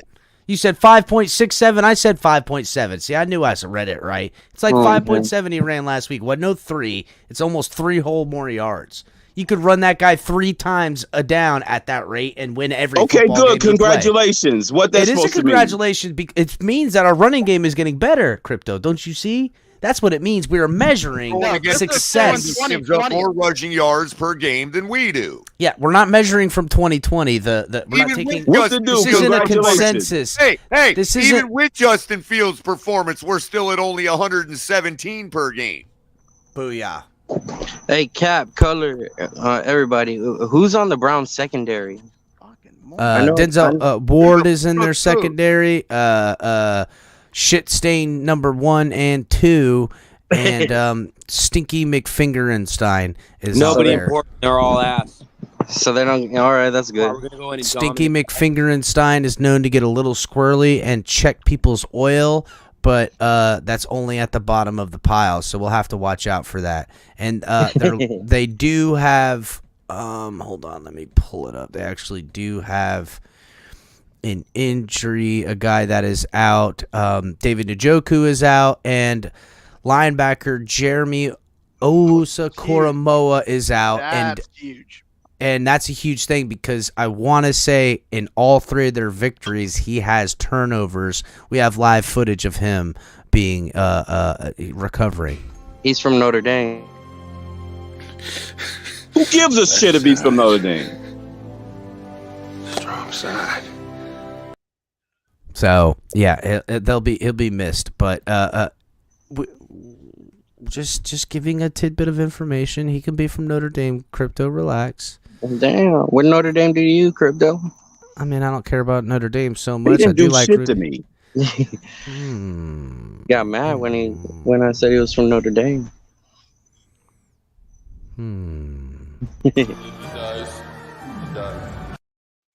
So again, This is a football team coming into our house, an offense firing on all cylinders, a quarterback that sits at the top of all metrics, even with time being missed, many dubbing as the midseason MVP. As I pointed out, reading the Barry Jackson article, as I'll say Barry Jackson pointed out, is on a trajectory that if he maintains a 400 attempts and 115 passing rating, he could very easily win MVP, because quarterbacks that have done so, as Aaron Rodgers, Matt Ryan, and Peyton Manning in the past few years have all won MVP. So lights out from Tua, lights out from the passing game. This team, Color, I don't know, where's the Browns rank as far as defensive rankings against the pass? Doesn't really matter, because we've been taking our pieces of that ass deep down the field. We don't even have to. This quick passing game could chew you up. And now we've seemed to find better than we are in the stats, but at the same time, they have yet to face what we have on offense. I don't think anybody faces what we have on offense. That's the problem too. It's a hard metric to have. So, anyhow, you gotta be. Look, can we take a loss, Crypto? Absolutely. I don't think it's the Browns Take a loss any week. Yeah, anyone could beat any other person in far as team versus team. I don't think if we are in a losing I wouldn't situation, say freaking T. Higgins and Tyler Boyd is freaking chopped liver neither. I know, but I wouldn't say losing the quarterback helps matters to securing a victory, would it? Cincinnati had their quarterback. I'm talking about us. We lost. No, wait, they're only chopped liver when you need to blame X Howard for giving up that touchdown. That's when they're shitty receivers, right? No, because Tyler Boyd also came in and made some big plays as well. It wasn't just Higgins.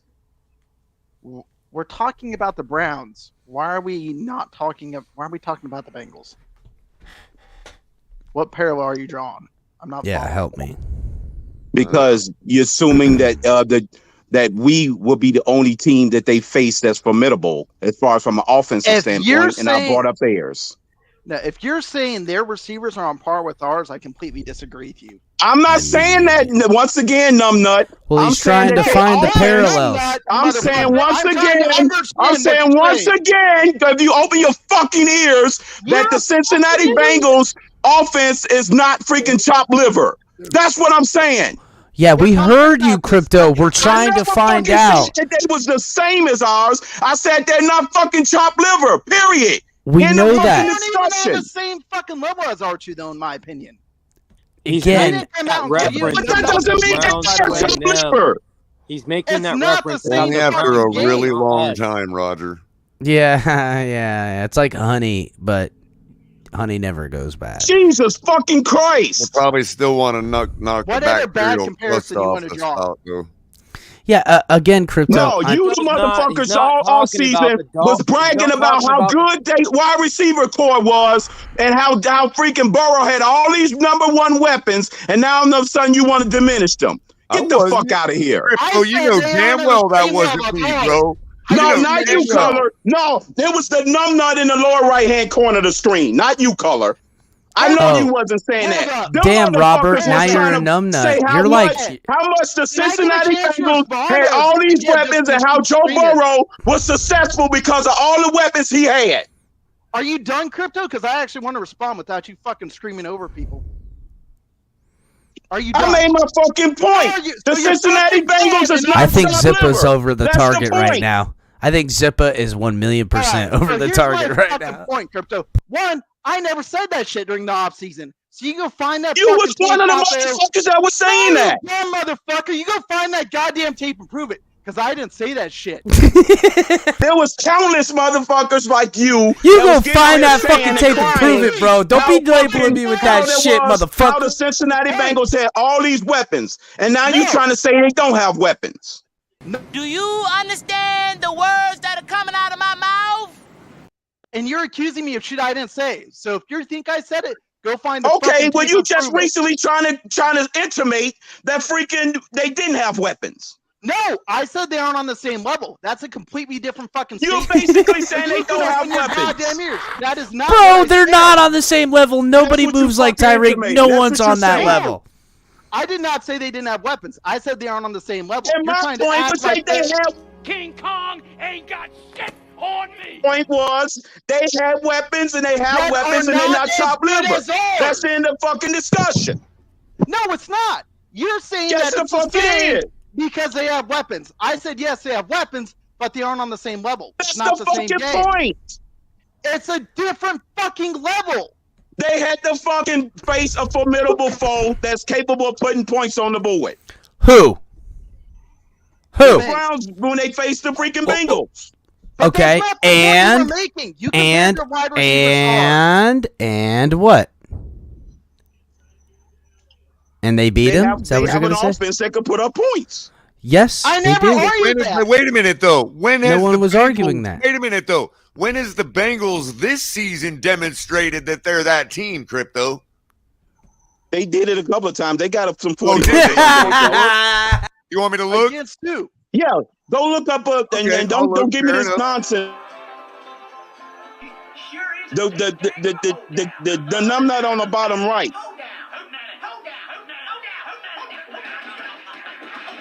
Don't like to listen.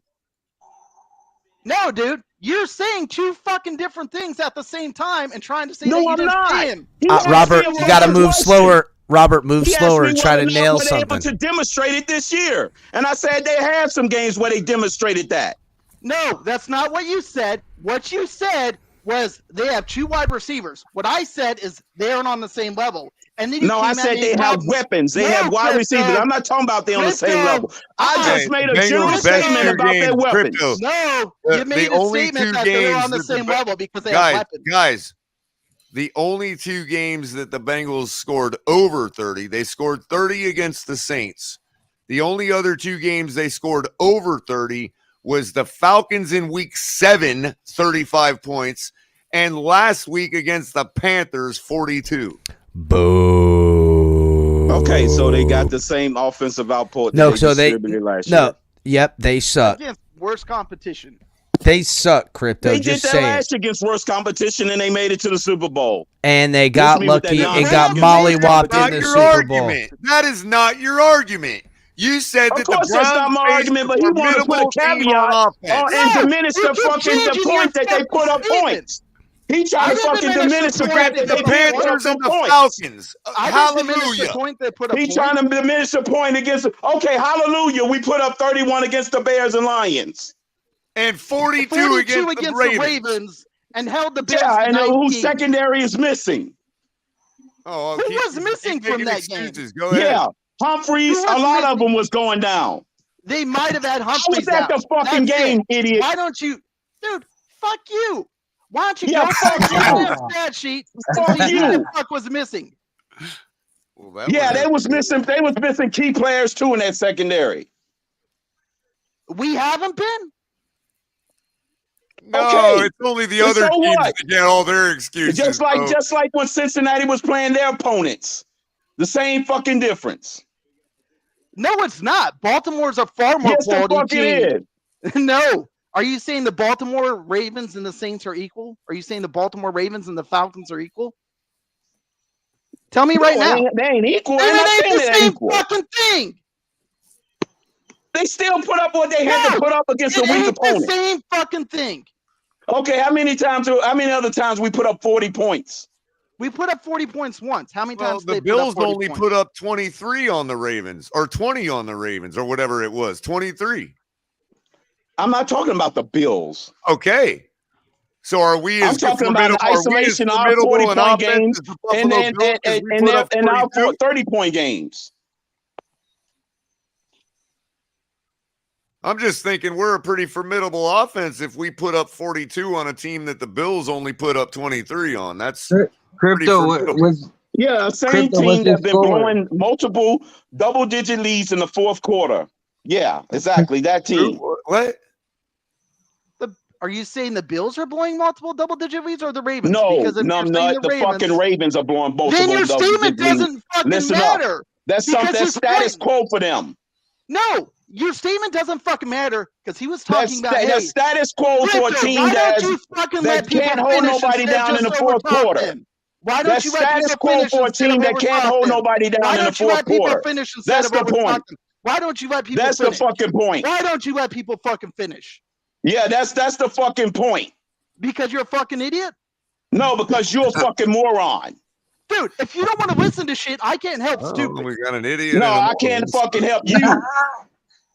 I'm sorry you don't want to listen to shit, but Cover's point was talking about, hey, the Bills are traditionally pretty good at offensive output. They put up 23 against the team we put up 42 on. Not that the fucking Ravens blow leads. That wasn't the fucking point. The point was the amount of points the Bills put up. Your point didn't matter for what was being discussed. It did matter. No, it fucking didn't. It's a fucking soup sandwich defense that freaking gives up a lot of points in the fourth quarter. So a team that typically puts up 35 to 40 points, puts up 23 on, they should have had a lot more, right? Yes or no? No. They shouldn't have had more than 23 points. No, because it was out of fucking time. What? An offense that traditionally scores more than 30 points going against a shit soup defense that you just said should put up less than their average? Is that what you're arguing? No, that's not my fucking point. The point is they gave up. That's if the Ravens would have gives kicked up a a lot of field points in goal, the fourth quarter. if the Ravens would have kicked a field goal and the game would have went into overtime, then Buffalo would have been able to put up 42 points. I didn't get that correlation, but okay, whatever. No, I'm not saying they would have put up 40 points against the Bills or the Bills would have did it to them. The point is they gave up a whole bunch of points in a short time period. The point is the Ravens shut down a formidable offense and the Browns shut down what you consider to be a formidable offense. That just happened once.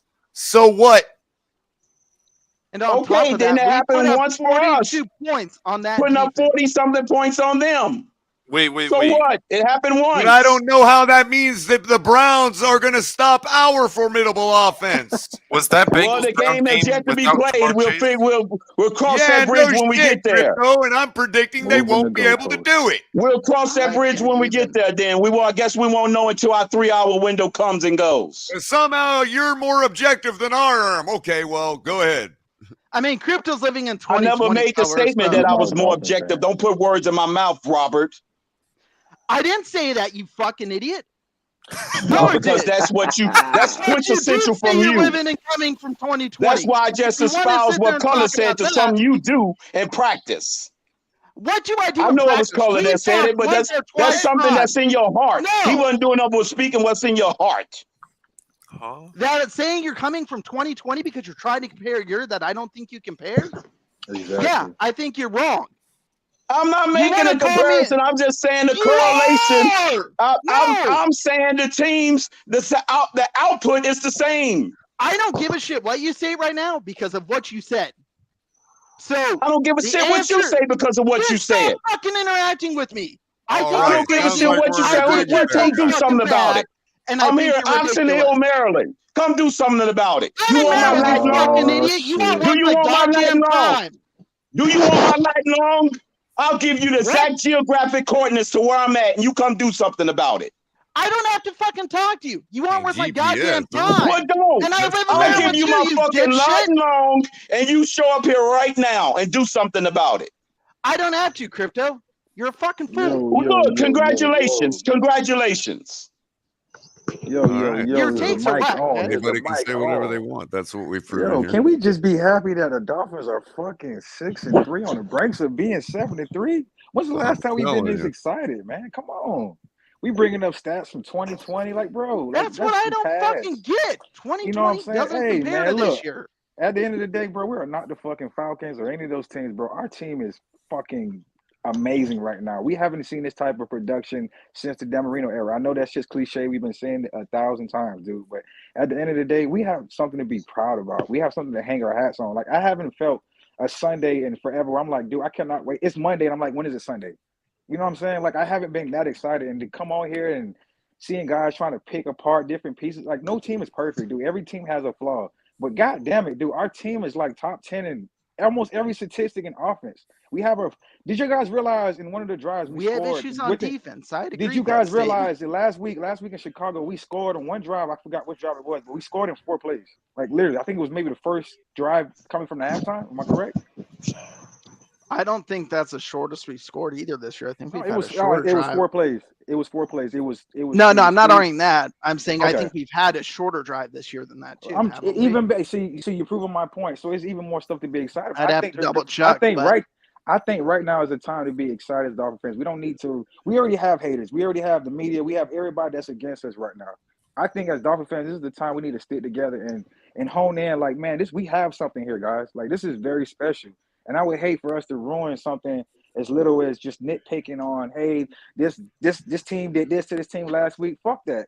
When they play against the Dolphins and my team, when they play against us, how I feel, ain't no fucking team can stop us. And that's just how I feel about shit, bro.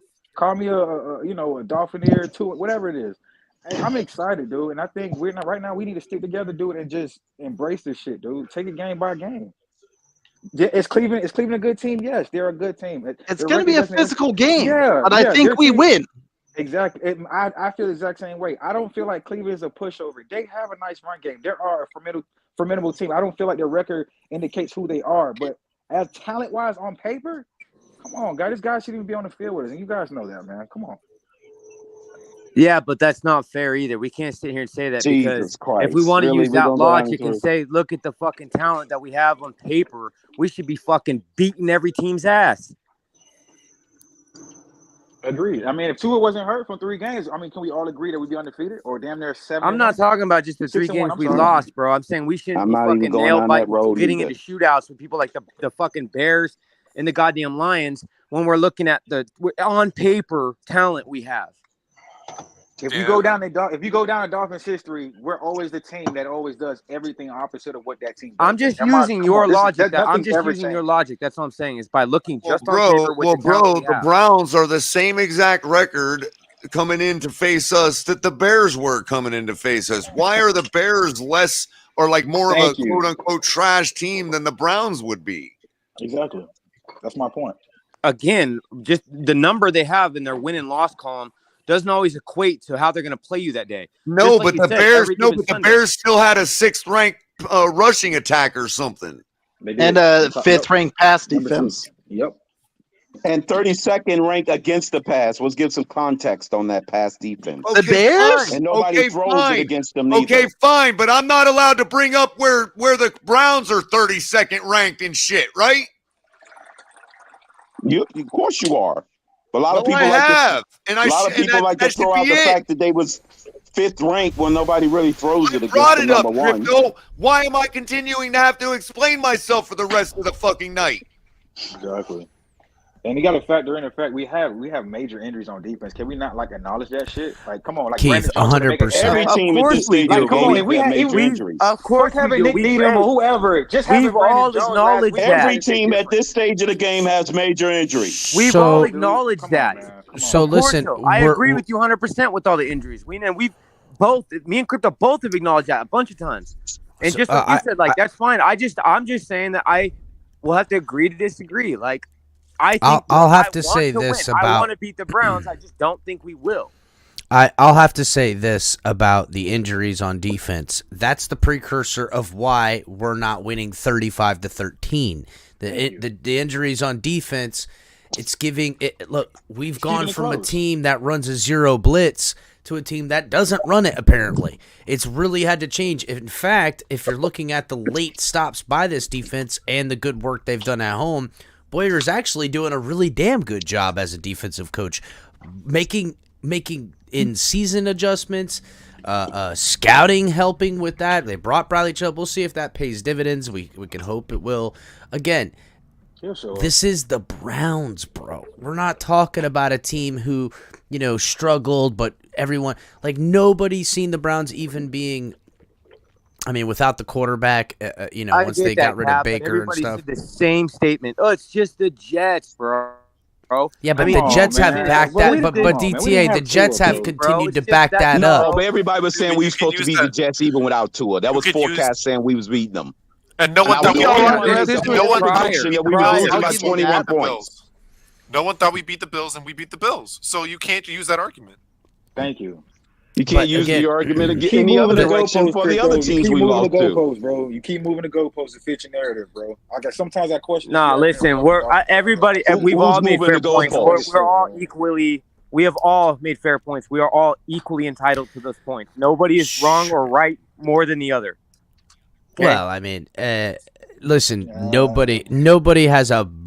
I mean, look, there's some bad points being made. I'm not saying everybody's points are bad, but I will say. I will say this: all points are valid. All points, yes. But only one person's objectivity has been questioned tonight. Yeah, or my own reality and ability to question objectivity. Again, you put those words in my mouth, Kohler. I never said that. Again, you literally did, bro. I never said you weren't being objective. Those words never left my mouth.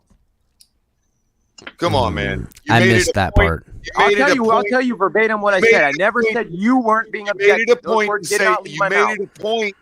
You made it a point to express the fact that you were being objective. There was no other reason to make that point other than to suggest that I was not being objective.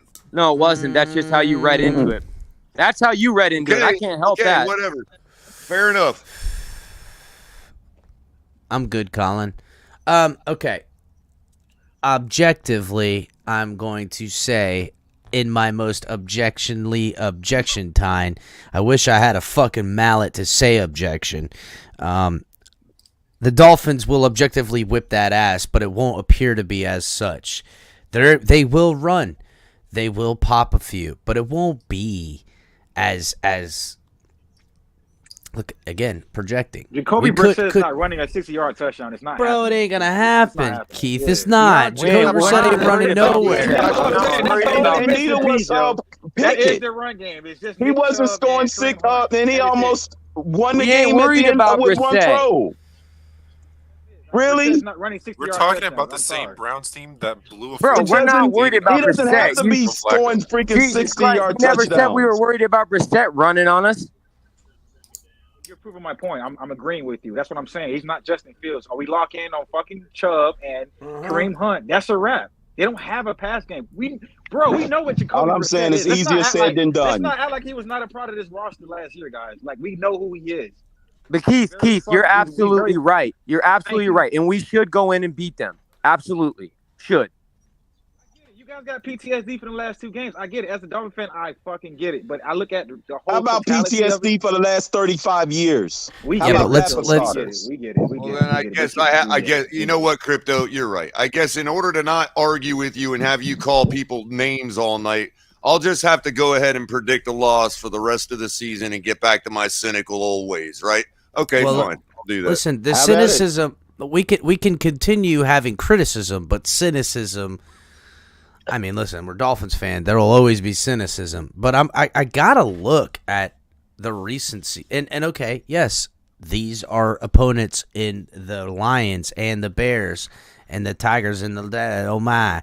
They haven't really they're not formidable opponents, but this is not the fucking Bills we're going against here, guys. It's the Jacoby Brissett-led Browns making the journey to the fucking Dolphins, where the defense have played better at home in this season, not seasons past, which we can go back in seasons past in the last few years. The defense has been pretty decent at home. Well, what's Jacoby Brissett's record in Hard Rock?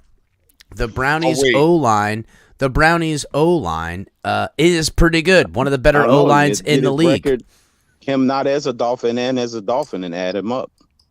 Well, see, I would say this. Him as a Dolphin, terrible. Him not as a Dolphin has been much better. He does show out much better as the visiting quarterback.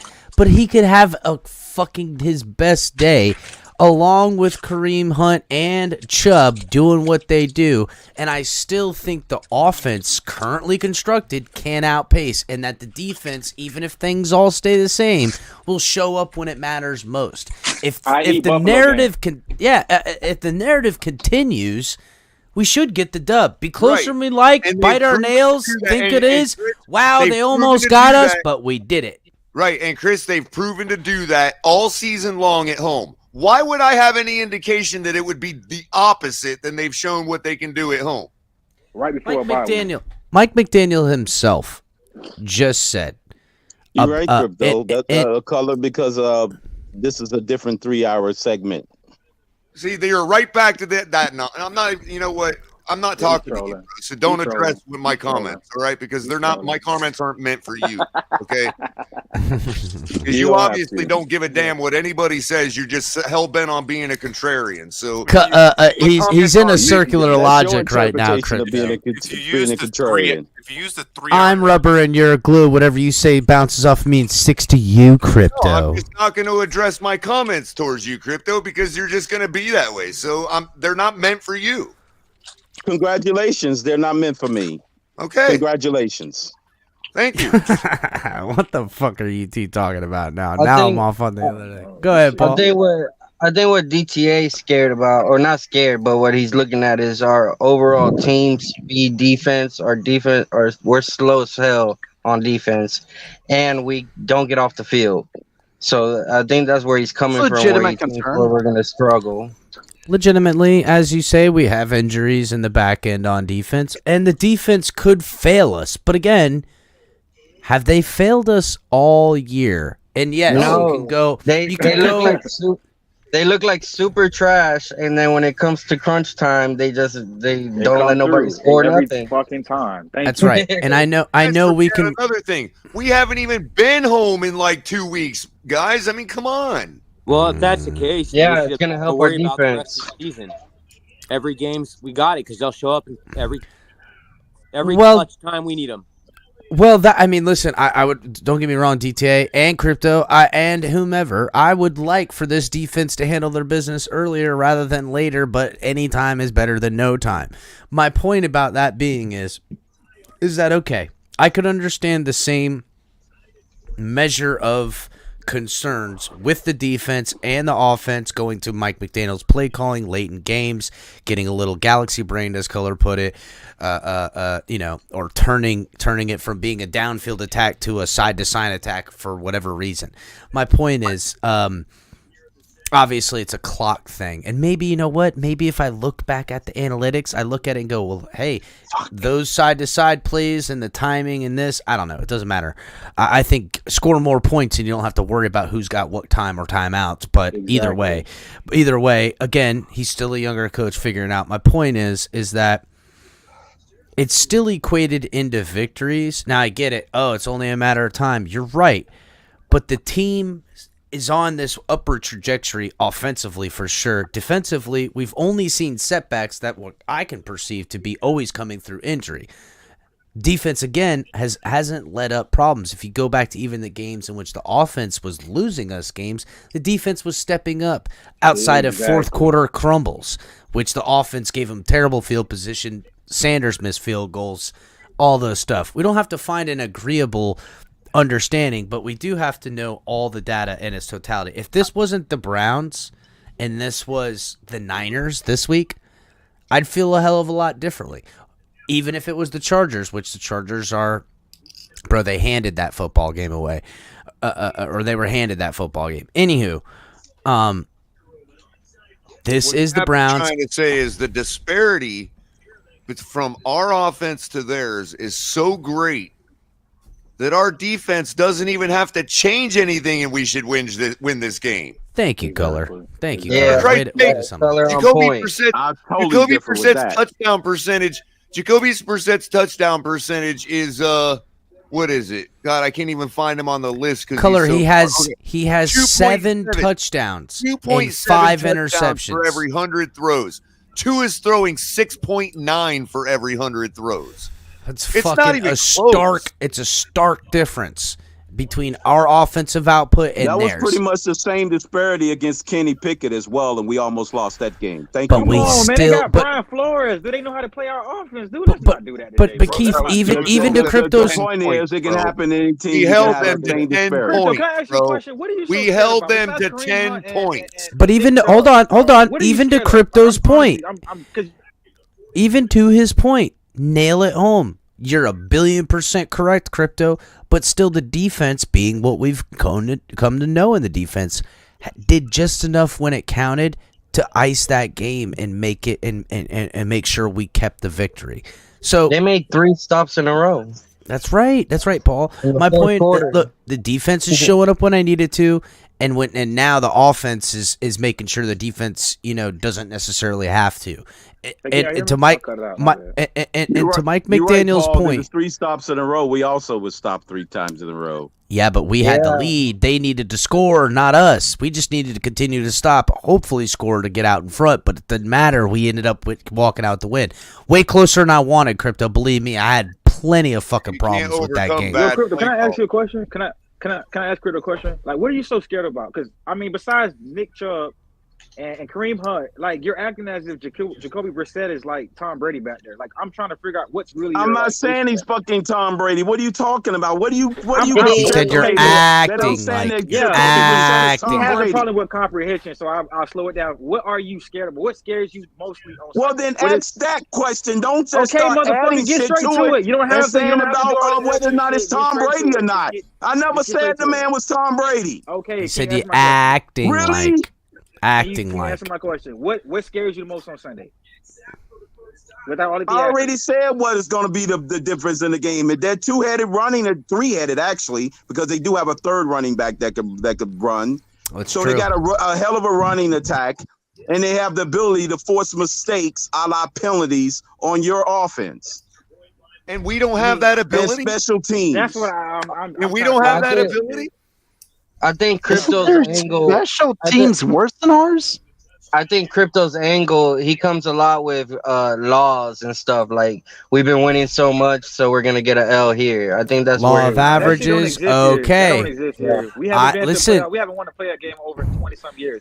That's not objective. Truth be told, Keith, you're right. If we're going on laws, we're taking all the laws of average, and we should continue to fucking win all our way to a damn Super Bowl. Thank you. Exactly. Round and round we go, fuckos. That's simple-mindedness. Oh, okay. Well, then explain to us how your mind is working in a higher level of consciousness than the rest of us. Scared. That's what No. We don't need fear. Like, Fearless. Okay, then we don't need fear. We don't need fear. We don't need fear. I've been watching the game over the last 40 what you're saying to us, years. Crypto, what you're saying to us, how I interpret what you're saying, is that you think that the one thing that the Cleveland Browns do good, that they execute so much better than the rest of what we have to do good, or anybody we faced, that's going to overcome all of the stuff we have better than they do. Exactly. No.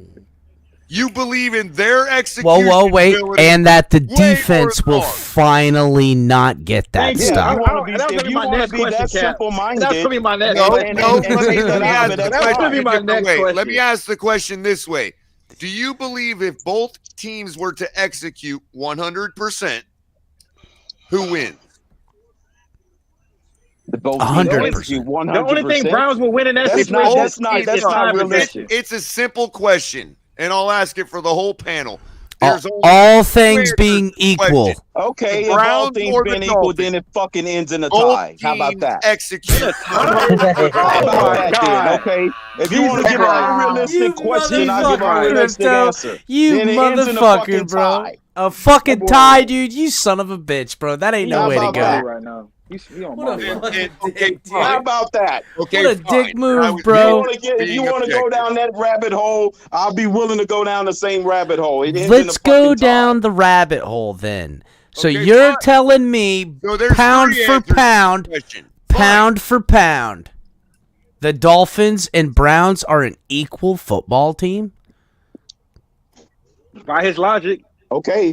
Yeah. If you want to say by definition, if you want to extrapolate, that's what it is, then that's. I'm not extrapolating a motherfucking thing, dog. I just said all things being equal, position to position, all health, no fucking, no bad calls, no, everyone doing their job and no penalties.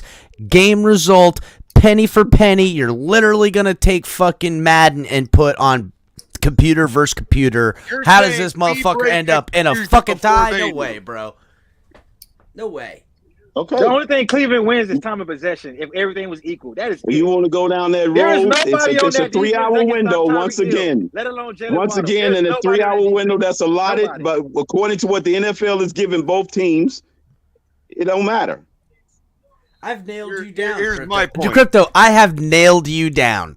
Because now you're starting your argument over again. A fucking tie. Rabbit hole. All right, we're in that booty hole here, not that rabbit hole. We're in that shit. We're in that Browns booty hole shithole right now with that. Since I never got an answer from the panel other than Crypto, respectfully, answered the question. He just added a third possible answer that I had forgotten about. The tie. Okay, fine. Tie is the answer. Okay, but.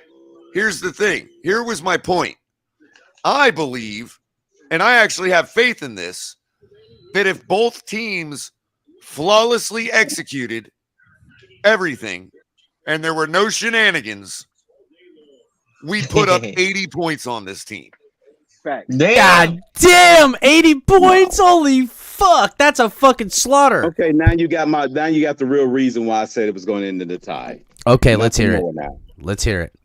No, if he gave you that score, then it's no different from me saying it's going in the tie. To illustrate the disparity, I think there is if both teams are properly executing, given their roster. Yeah, he's saying that. Apparently, you think Cleveland don't have nobody on their roster other than the quarterback. The Dolphins' no, I ceiling didn't is say way that. higher than the Browns' ceiling. I didn't say it would be 80-0. He's saying if Brandon Jones is back and we had it'd be like 80 to 40. It'd be like 80 to 40. It'd be different. So fair enough. Score on us. They probably wouldn't even score. If we had our whole defense back, everybody on this panel knows that. I might just be the first one to say it. I'm gonna say it, guys. Yeah, you are the only one on that island. I'm going. And you're the only one that keeps pushing the goalpost to make a narrative, dude. You're the only. I'm not no fucking lemon. You're the first. So don't lump me in there and say everybody on this panel. Cleveland Browns and the Dolphins are equal. That's the most. You're on Marley. You're on Marley. Don't lump me into everybody else because I'm not a fucking lemon. I might be with you, Crypto, if they still had Jarvis Landry. I might be with you. And that's a big if. So, Crypto, can I ask you, quick, Crypto, on their defense, who the hell is stopping Tyreek Hill and Jalen Waddle? Just riddle me that.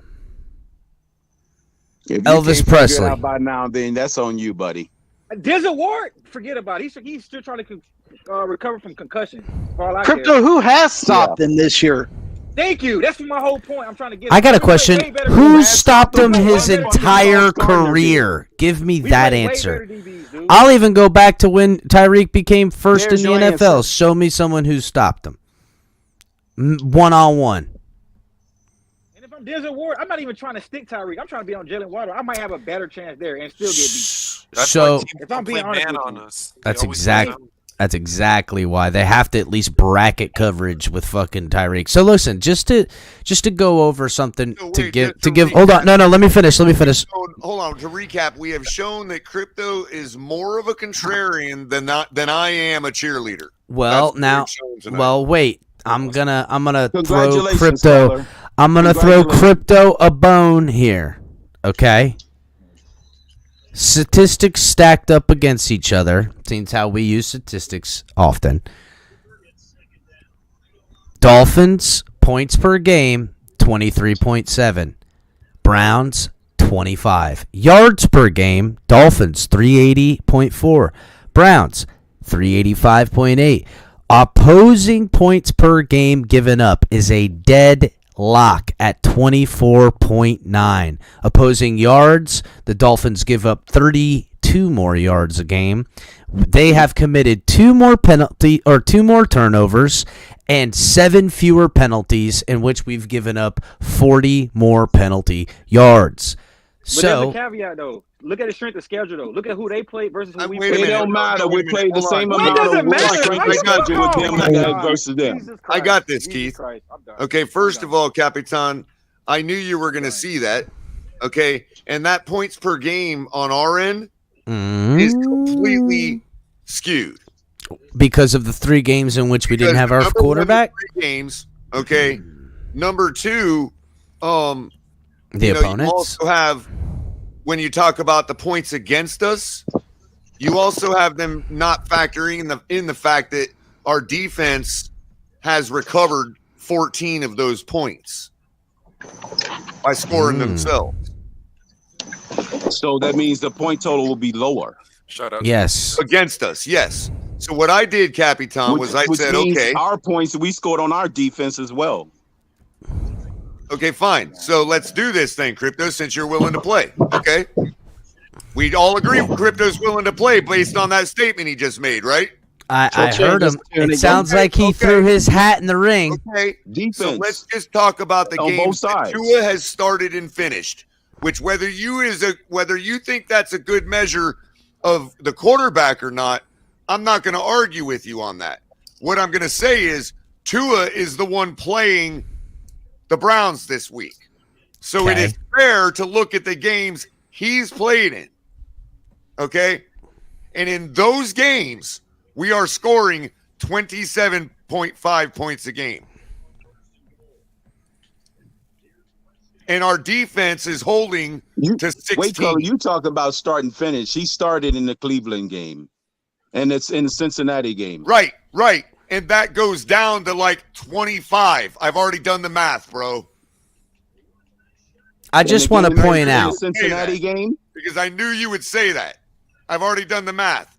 I knew you would say that. It's 24.6. Okay, and what's Cleveland with Brissett the whole entire season? Man, fuck Brissett, bro. Why we? Oh, he's a fucking scrub, bro. I'm not for the. That's not Jacoby the fucking Brissett point. does We not was put going any through fear in me, an bro. analysis here. I am not fearing that guy. Like, you gotta give me something else. And then hold on, another thing. It's not about whether or not you fear him or not.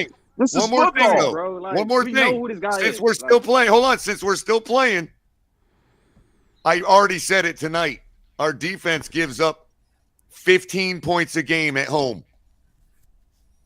Last time I checked, the game is not in Cleveland. Boom. Yeah, it's not. What but now? Those numbers that Cap. What now? I know. No. Now you don't It's want the to play season. anymore. Okay, fine. I've got a game. Yeah, because all else was starting to look even across the board, which means, like I said before, it would be a tie.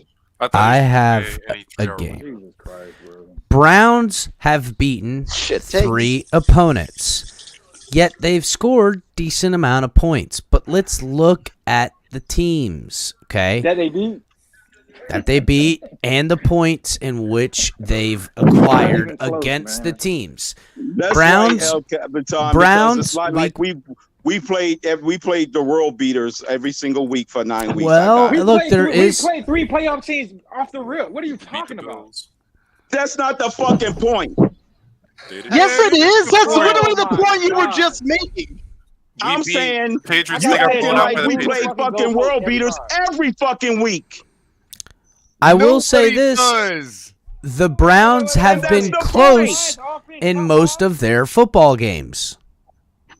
Complete offense isn't a Lions offense top 5 and complete yardage. Am I missing something? That was until they played the Cowboys and got shut out by the I Patriots. don't want to but hear go that ahead. shit. I'm saying when they played against us, when they top 5.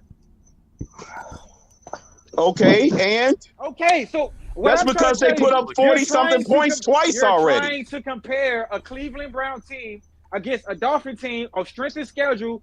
It's not the same. You put the same schedule against them, against the Gauntlet, and we had the same schedule. Hell, we'll probably be already 8-0 without Tua. Yeah, okay, keep dreaming. Now that's real delusional talk. Man, shut up, man. Hey, Cap. That's real fucking Cap. delusional talk. Yeah. Give me the goalpost. How Real big of fucking an delusional talk. advantage? How big of an advantage is it for the Browns coming off a bye week, No having fucking 2 weeks delusional to talk. study us? I don't know. I would imagine that And it ain't got statistically nothing it's to do with whether or not 50-50 you fear fucking Brissett. because you could be lazy coming off the bye just as much as you could be fresh. 40 fucking years. You still can't evaluate it. The question was, do you think that Brissett overcomes 470-something passing yards from Josh Allen and all It's the not running happening. yards, too? It's not happening. He's not going to put up those numbers. Oh yeah, just like the freaking 250 Jets at didn't max. with Wilson. I miss me with that. I don't know what that means.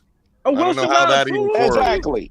Oh my God, bro! This guy here. Zach Wilson also doesn't Yeah, have. oh my God, this guy here. Oh my God. Better head coach, run game. Because bro, you move the goalpost for every narrative, bro. I'm trying to figure. No, I don't. What's the fucking evidence that I'm moving the fucking goalpost for every negative?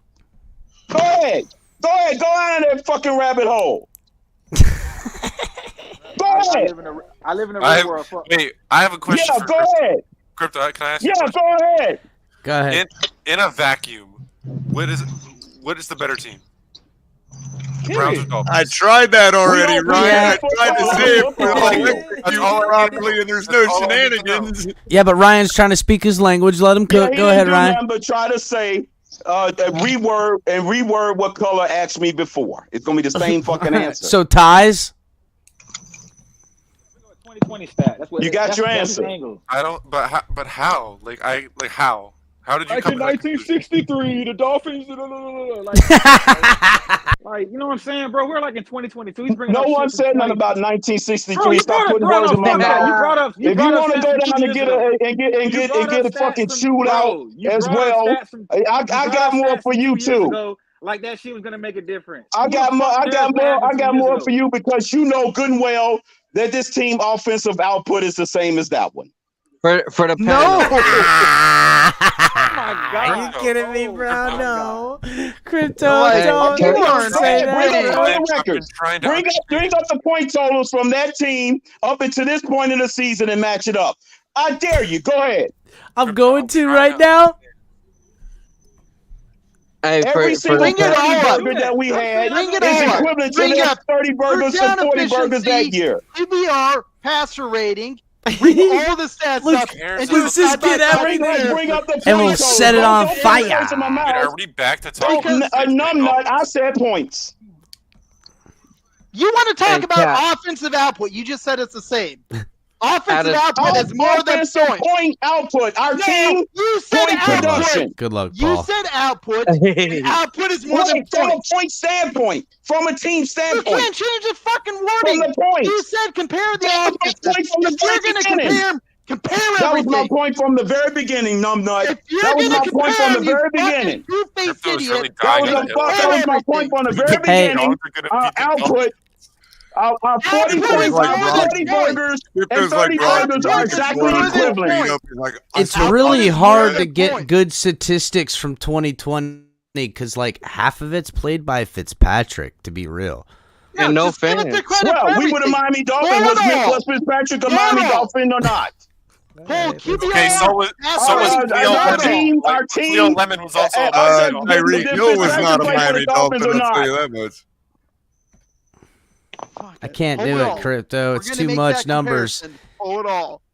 Hey, he still played for the Dolphins. Still played for the Dolphins that year as well. Go ahead, Paul. Go ahead, Paul. Out of 10 times Dolphins Browns face like they are on Sunday, how many times did the Dolphins win out of 10? 8 out of 10. 5. 5 out of 10, because then it's 50, because then it's a tie. Then it's a tie. Then it's a tie. New flaws with 10 ties. All right. So look, all right. To Crypto's point a little bit, Browns beat the Jaguars week 1, 24-13. Beat them handily. Jaguars struggled early on in the year. They're starting to get better, as you guys know. They did. A preseason game. That was a preseason. Oh, is it? Oh. Fuck. Okay, excuse me. You're right. Sorry. Okay, yes, you're right. They did beat the Panthers. You're right. They started with 3 out of 1. But okay. But they barely beat the Panthers. They only beat the Panthers by 2 points. Got you. You're right. Fucking well-respected. Hold on. Well-respected. The well-respected juggernaut NFL team Panthers. Well-respected juggernaut NFL Panthers, who now have lost that coach since that football game. Anyhow, we will continue with week 2. They lose to the Jets by 1 point, keeping it very close. Teams both. Both teams are pretty close to the same.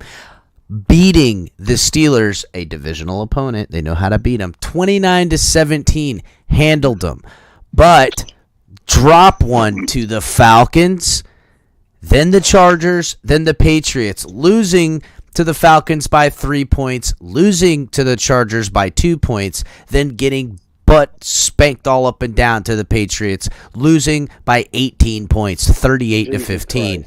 Then they lose to the Ravens by 3 points, only to find themselves finding another person in their division. The Bengals caught them sleeping 13-32 on October 1st. Trick or fucking treat.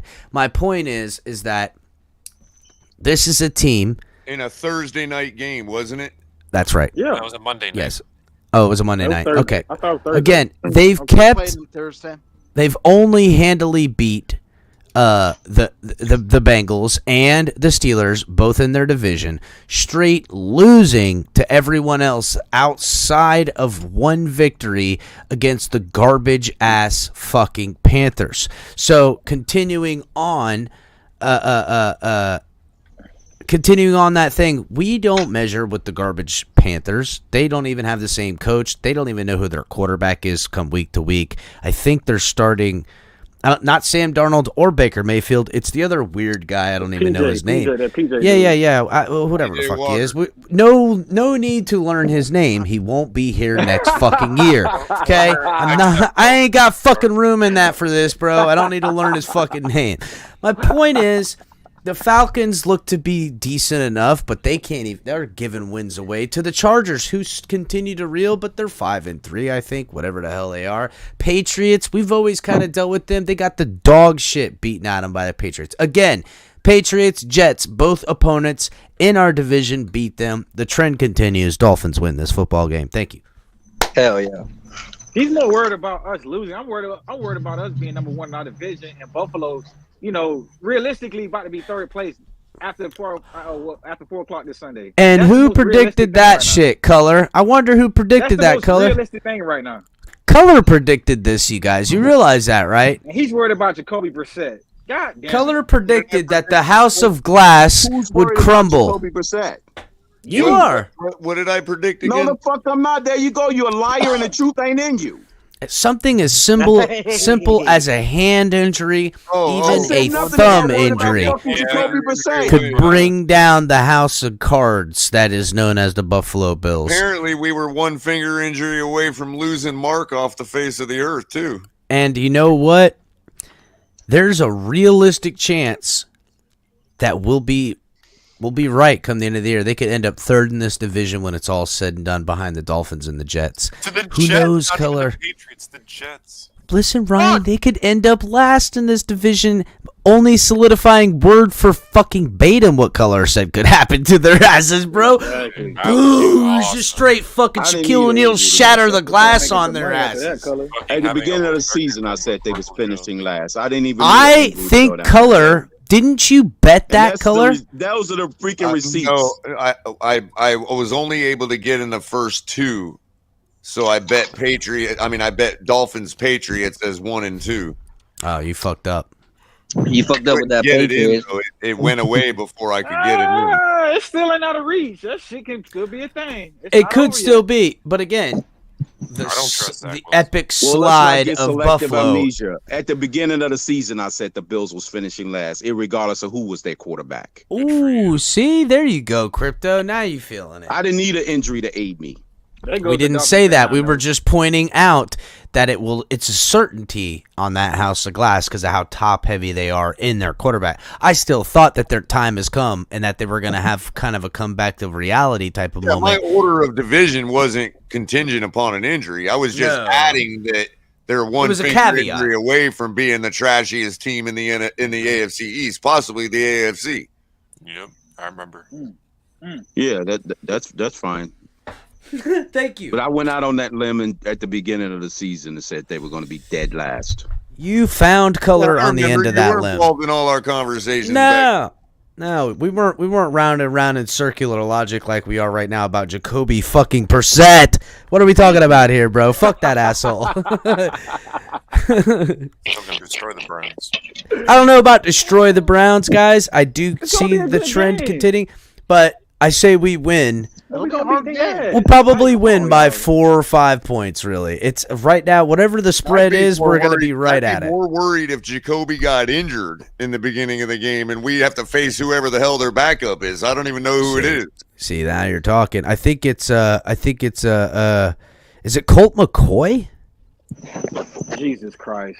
Is it Colt McCoy? I'll tell you what, I don't want to see Colt McCoy coming in some relief because that's the type of motherfucker you'll lose. That bitch start throwing it all over the motherfucking joint. A Madden-generated name. Fuck. Who is it? I have no idea. Oh, damn. I thought you knew, right? They had Hoyer.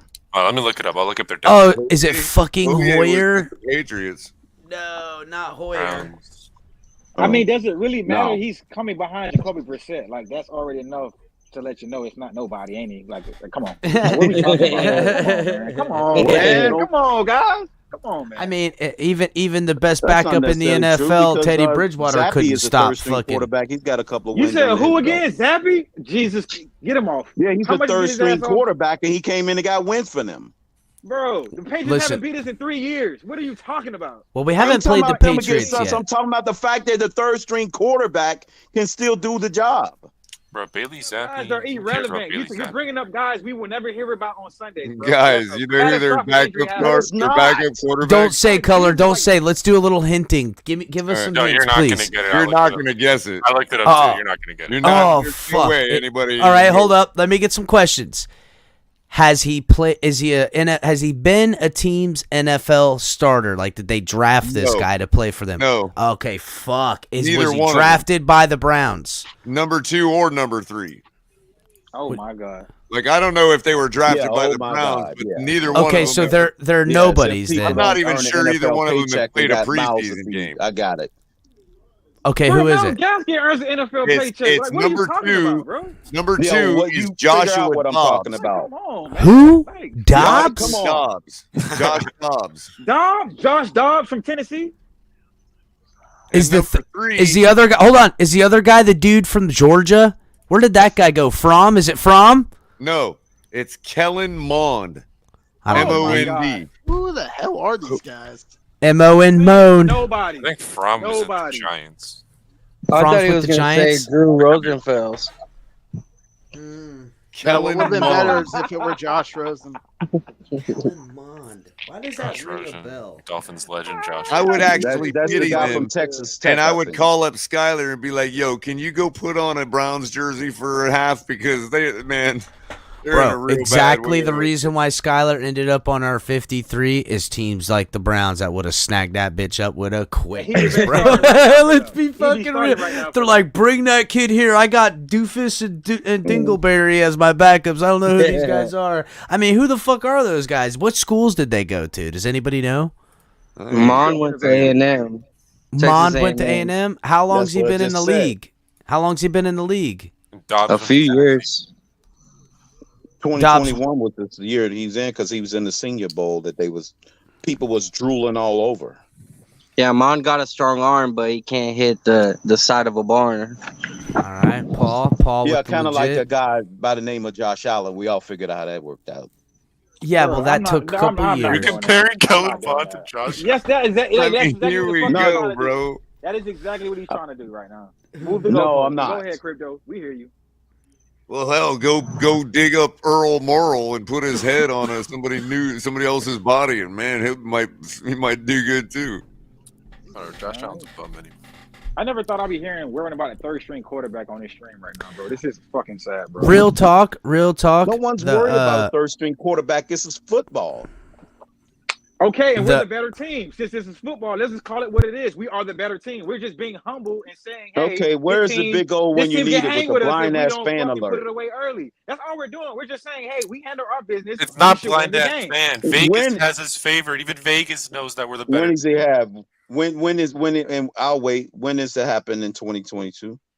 What happened? Dolphins have Winning beaten by the 100 spread. points or 1,000,000 points.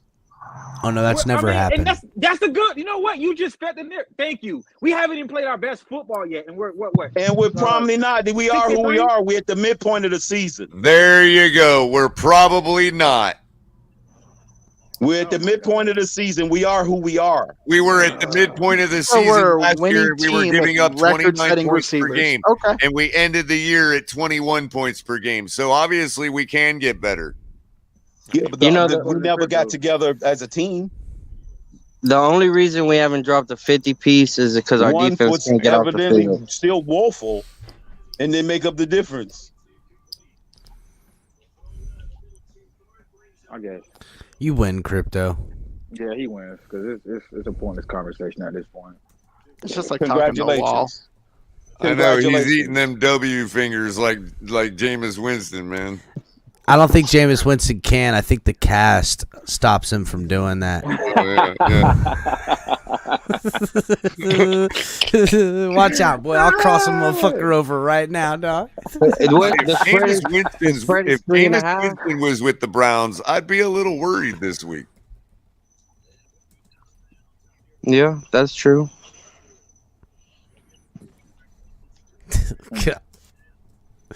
Listen, again, just a little. I understand the things that the Browns do well. The things that if the Browns did well enough could equate into a potential position to win a football game against the Dolphins. Still, them doing everything they do at their best. Myles Garrett has himself a day, a turnover. Their running game is clicking, and Jacoby Brissett actually throws a fucking touchdown or two. All those things against this Miami Dolphins team who's playing at home defensively and offensively, outside of us missing 2 or 3 field goals in a game, which could potentially happen. The only thing that'll hold us back is that scenario, field goals, untimely miss, swinging the momentum of the game, which has happened to us. Which we're known for. Penalties, mismanagement through clock management with timeouts, with not taking timeouts, not throwing the red flag, doing some rookie stuff. If we get in a combination of these things, yes, that's how this team loses in those scenarios. And that's a lot. But remember, guys, it could be 1 or 2 or all of those things. One has to equate into an amount that exacerbates it just continues to have the bleeding and it keeps the ball out of our hands. Whatever it'll show that the Dolphins lost this game more than the Browns won this game. Even if the Browns win this game doing what they do best, because I'm looking, they've done that.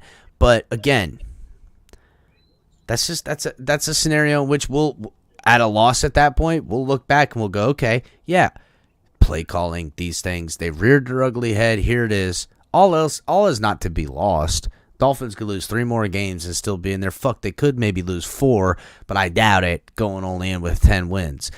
But again, I just don't see that happening. Yeah, and I would say, remember, guys, I only picked 30 to 15. It's not like I picked the 60 burger. I do foresee some of the issues. But you shouldn't feel bad for that, though. That's no. What I'm saying is I still do foresee some of the issues we've seen rearing their ugly heads. I just don't think it's like that's the difference between scoring 40-something points and 30. Not losing to the Browns. I mean, we just so far outclassed them in so many aspects. If, of course, we're playing at the level we know we can play at. Well, not just the level we know, but keeping things consistent to how we've been playing. Offense is showing up and making things happen, or the defense is showing up and stopping things from happening. They're just playing consistent football in these ways. Because I'm sorry, but all 3 of the games in which we lost without Tua in there came down to the final minutes in the fourth quarter where we were still within reach of scoring and winning. We expect, I tell you what, if Teddy Bridgewater didn't go down in the first play of that game, we could still have won that game. But still, with Teddy Bridgewater just keeping the ship steady. Skylar Thompson going down in that game. if he never went out, I still think he could have equated to that win. We have not been out of any ball game this year except the Ravens game, and we still come back and won that one. That's right. That's the only game we've been out of, and we came back and won that bitch. I'm telling you right now, we're up by 14 points. This game's over. It's fucking a wrap, Keith. If we're up 14, they're team, fucking done. Nope. I'd have to do the research. I'd have to do the research. Look, I would have to do the research, but most of our games this year, we've held the lead the entire game. No, we've come back. No, Color. All of our only the last two wins have we come back and had the lead. Every other win, we've come back and win. No, Patriots. We led the game the whole game. We came from behind. Patriots. Yeah. The last 2 games we came from behind. We were up by halftime against the We were up all game, and we found ourselves in a lead in the third. Game twice. You guys got selective amnesia. Stop it. No, we were up in the second quarter. We still trailed in the game. No. Trailing in the first quarter versus the fourth quarter is a different thing. Now you moving the fucking goalpost. His argument is that we never fucking trailed, and we did. No, that wasn't my argument. You're putting words into my mouth. Exactly. I didn't say we never trailed. That was the whole contentious. That's what. No, that wasn't. Down there saying. No, that wasn't. And I'm not going to let you get away with that. Yeah. I'm not talking about you. I'm talking about Numbnut down there. I'm the one that brought it up. I didn't say it either. Numbnut. Okay, then what's your point? This dude just fucking old man senile. Dick suckers, bro. No, you fucking old senile. I literally said we were up last week. That's all I said. I didn't say we were never down or never up. You keep. Well, what's your fucking point? He goes fucking old man senile. Most of the games, and most, if not all the games we won, once we've taken the Robert's lead, a we fucking haven't cocksucker relinquished is what it. he is. You're a little bitch, dude. Point, Crypto. Suck this fucking Robert said it like lightning struck his head. He's fucking senile. Since you want to know what my original statement was, I said if we're up by 14 points against the Cleveland Browns, from the style of play that they play, because they run the ball, we already know their identity. We're going to win because it's going to take them more time to score. When we can just score. Okay, congratulations. That's your opinion. Man, that was fucking funny as hell. Damn, that's some condescending shit, man. Congratulations. That's your I feel like opinion. if we're up 14, we have a very good chance of winning. Yeah, I agree. What are you talking about, dude? Like their defense is suspect as fuck, and they're one-dimensional offense. Yeah, just like every defense we played this year. I got it. Oh my God, he's gonna bring up. Yeah. Oh my God. Go ahead, bring it up, dude. I'm ready. I'm ready for it. I'm ready. What's your next goalpost moving statement? I'm ready for it. Yeah, you keep with that talking point. It's not gonna work with me, bro. Because you haven't made one yet. No, I'm talking about your fucking talking points about moving the goalposts. That don't work with me. Reiterated what you thought I didn't say, and then you had nothing to follow up upon that, just like you did with everybody else's statement. Crypto. No, just so like you with everybody else fucking statement. Yeah, you're like that one kid who had nothing keep on to say, keep on coming. Keep on coming because you're fucking bootlicker too. You can keep bootlicking to fucking Robert and all the rest of these motherfuckers all you want. So keep my fucking name out of your mouth. Do something about it. Fucking do something about it, then, you motherfucker. I don't waste my time on Grandpa. Fucking do something about it. Fucking something about it. Fucking do something. Fucking do something about it, then. Go get your fucking walking cane and come find me. Do something about it. Fucking, where's that? Yeah, fucking come do something about it. I'm fucking dying, bro. I'm fucking dying. You want the fucking fucking cripple. You want the fucking presidents? Pull it up. Fucking do something about it. I'm talking to you. I'm not fucking do something about it. He's trying to have a conversation. You want to be a whiny bitch about shit? That's on you. Yeah. It's not my problem. Fucking do something about it. I'm talking to you. That's all I have to do. Because you're losing your mind over fucking nothing. No, I'm not. No, I'm not. Yes, you are. No, I'm not. I am. I am who I fucking am. I know. Yeah, you're fucking senile. You fucking moron. You're a fucking idiot. You want to Yeah, talk you about fucking shit idiot. 2 years ago? Yeah, That doesn't fucking matter. if you got a problem with me, come do something the about it. game's not got All right, any hold on. fucking All merit right. from 2 years Tell me ago. do something about Bro, it. cut that shit I'm out. trying Nobody's to gonna talk to pull you, up and you're on just being nobody, a bro. fucking Like, asshole. Yeah, I'm not come gonna do waste my something about time it. Yeah, fighting but no, fucking because his grandpa. motherfucking ass is gonna get like Russell. That's what he want to do. What you gonna say? What? Throw these hands? Come do something about it. I'm not Go the one get your saying boy throw Russell and bring him on here too. No. Yeah, go Hey, get your Color, can I boy get the fucking Russell floor for and a go ahead second? and come with him too. Bring it. Yo, Color, There's can I get something the fucking deeper floor for a going on second? with this, Capitan, out there. So let's get this something is funny as straight. shit. I'm not the one talking about throwing hands and acting like a fucking child in the middle of the street. I'm No, also not the yeah, one who's that's sitting there you. talking Well, like you do I'm something 40 about years it. watching football. Oh yeah, If you yeah. want to sit there and say you watch football for 4 years, Congratulations. fine. Well, congratulations, Go you ahead. fucking idiot. How am I fucking idiot? I'm trying to talk to you like a person, and all you got's insults.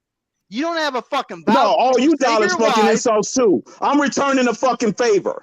I haven't insulted you Oh, more than nobody you've know insulted that. me. You You come did. out of called your any fucking insult mouth Yes, the fuck you accusing me of did. shit I The didn't minute say. you threw the first insult and I finished What it. was the first insult? And you didn't finish Yeah, shit. you fucking calling me out my fucking name. That was the first insult. And that was good enough. Calling you by your name is an insult?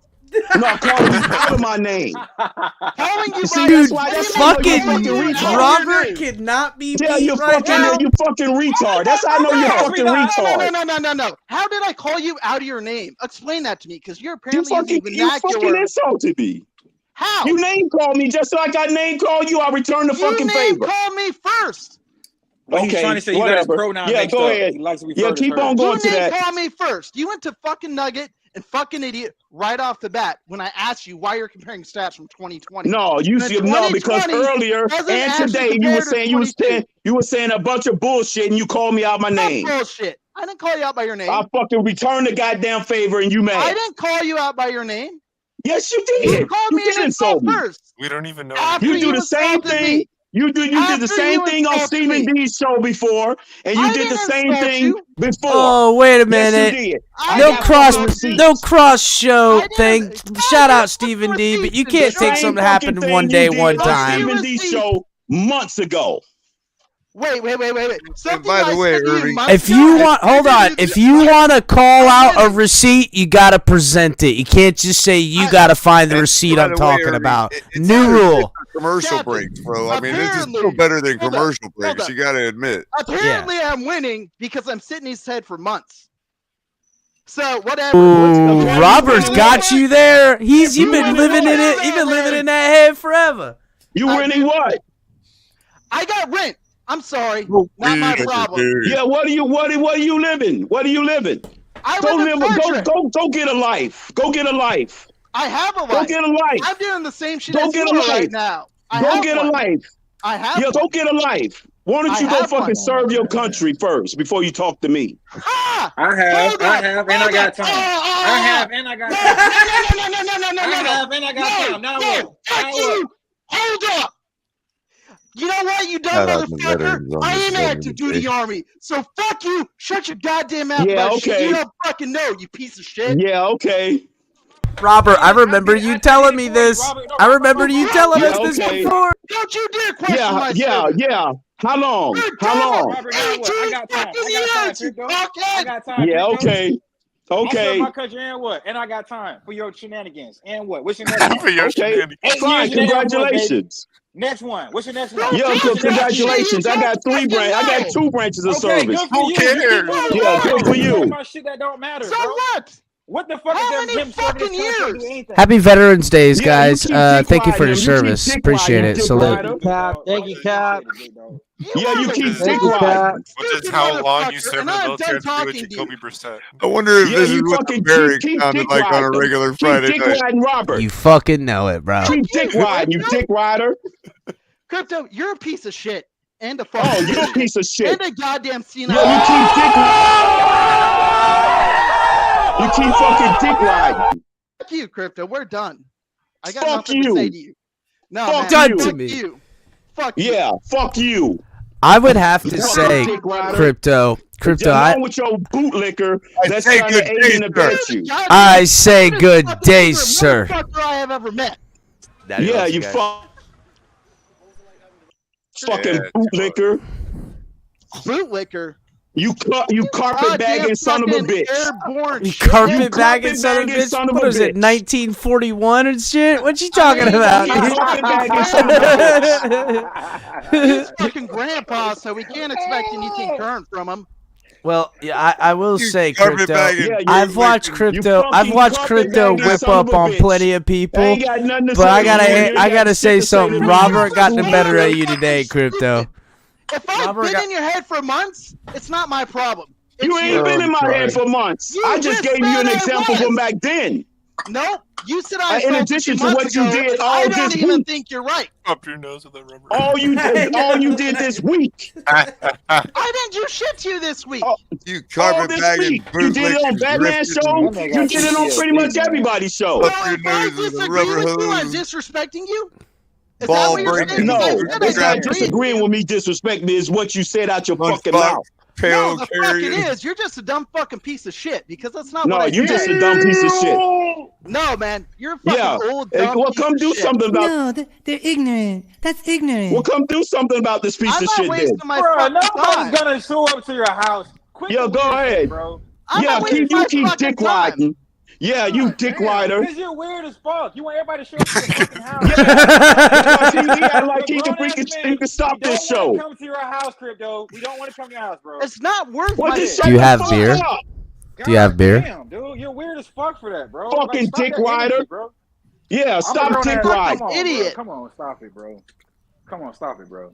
You're weird as fuck for that, bro. It's just football, bro. It's not that. It's not that serious, bro. That motherfucker is. You copy. It's not that serious, bro. It's not that serious. All right. Moving on. Dude, like, you fucking weird as shit for that, bro. Y'all acting like slap You dicks. fucking weird as shit for that. Slap nuts. Like, you're weird as shit. You like 40 years old, acting like a fucking 18-year-old, bro. No, he's gotta be older than that because he's acting not like a watching damn football 2-year-old. for his 40. Damn, dude. Come on, man. Damn, dude. Y'all are acting like infinity-year-olds. All right. See this? This is my boomstick. All right. So, it's almost 2 o'clock. Yeah, I know. It worked, right? Almost 2 o'clock in the morning. Let's do some final thoughts with a minimum amount of civility. All right? All right. Yeah, well, less carpetbagging and dick riding. Fucking more sanity and less walking cane bullshit from Grandpa. You forgot I'm sorry, but when Robert goes, "Oh my God, he's senile," it sounded so genuine, like it was like, huh? It was, it really, I'll have to fucking go. That shit was funny as hell. All the other stuff got carried away, but that was man, I almost pissed myself. I had to get off camera for a minute, and that shit was so funny. Are you going to do a poll during final thoughts? Try hard saying that we need to go to the judges' scorecards. Oh, yes. I like that try hard. Yeah, all right. We'll go to the scorecards on that one. The poll. We got enough time to do the poll because we know Crypto's final thought is going to be down as a dick rider. Put me down as a dick rider so everybody knows. All right, hold on. Let me go ahead and put a poll in. Yeah, congratulations for owning up to it. We're going to do... Unlike you, I can take a joke, you fucking simp. I can too. Simp. Moron. Such a fucking idiot. Jesus Christ. Yeah, fucking idiot. Jesus Christ. Mm-hmm. He just... Won't you get the know him before you start shouting his name in vain? I didn't fucking call you out on shit. You're the one who called me out on shit. Yeah, you want to say shit. Jesus Christ. You. Yeah, you're not religious, motherfucker. Go get to know him. Not mine.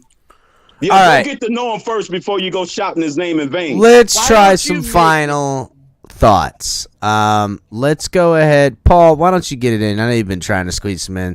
Give me some final thoughts about... I mean, it's not the final, it's the final thoughts. I'm sure you'll see us tomorrow. Yeah. Well, I'm glad to see you, Cap and Color, man. It's good to see y'all. And like I said last week, I don't even know why we're talking about these fools. We should just be talking about the Bills and fucking Chiefs. These guys are just irrelevant. We're about to get this win on Sunday. 31-15. Yeah. Fins up. Color. Let's go. I think Let's that's what. do this shit. All right, Paul. Appreciate it, homie. We'll see you close. later. I got 30-15. That one's close. 30-15. Damn, that's almost on the money. You guys should hold hands. All right, guys. Paul, see you later, buddy. All right, thank you. Later, bud. All right. Keith, bring us home. Bring us home. Hey, besides all the shenanigans, man, I want to say this is a very good stream as always, guys. I appreciate everything you guys do. Dolphin family stand up. Hey, this is the time to be excited right now, baby. You know what I'm saying? We about to be up 7-3 going into the bye and taking care of business when we come back.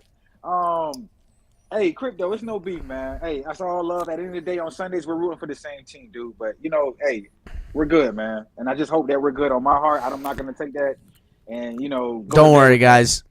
Keith, don't worry. Crypto ain't going a motherfucking place. Man, you could stack up the entire universe against him, and he's gonna stand there with his feet and his heels dug in, and he's right where he wants to be. I love it. Love, man. It's all love. But again, I won't hold you guys too long, man. I appreciate it. My prediction: Dolphins 31, Cleveland Browns 24. You guys have a good night, and see you guys again. You're fine. You're fine, Keith. Don't worry. Later, You're Keith. fine. Later, Keith. You're good. Later, You're Keith. good. Easy, man. Later, brother. You later. good, Keith. You good. You good. Yeah, man. Crypto got a hot dog. No. He's all right now. Yeah. No. All right.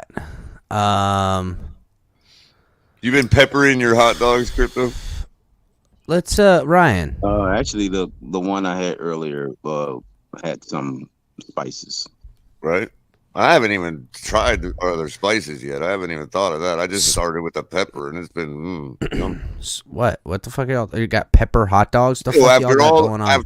After 45 years of being on this earth, I finally got the bright idea to pepper my hot dogs before I grill them or fry them, right? And it's the most amazing thing I've ever done.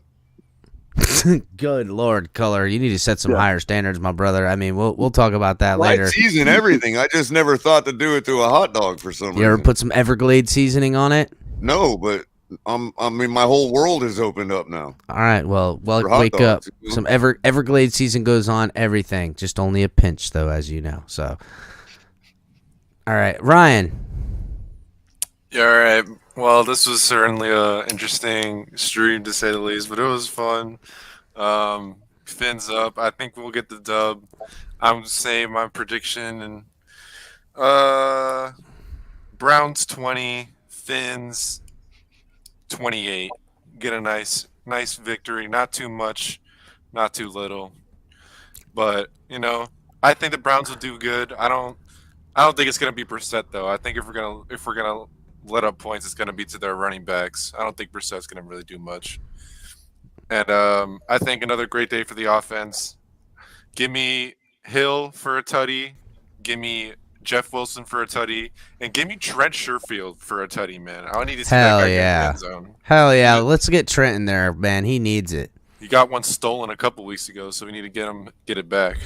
Yeah, get right touchdown for Trent Sherfield. I like that. Even if they got to hand him the football off on a sweep or some shit, make it happen. Hell yeah. Yeah. Ryan, we'll see you, bud. See you guys. Fins up.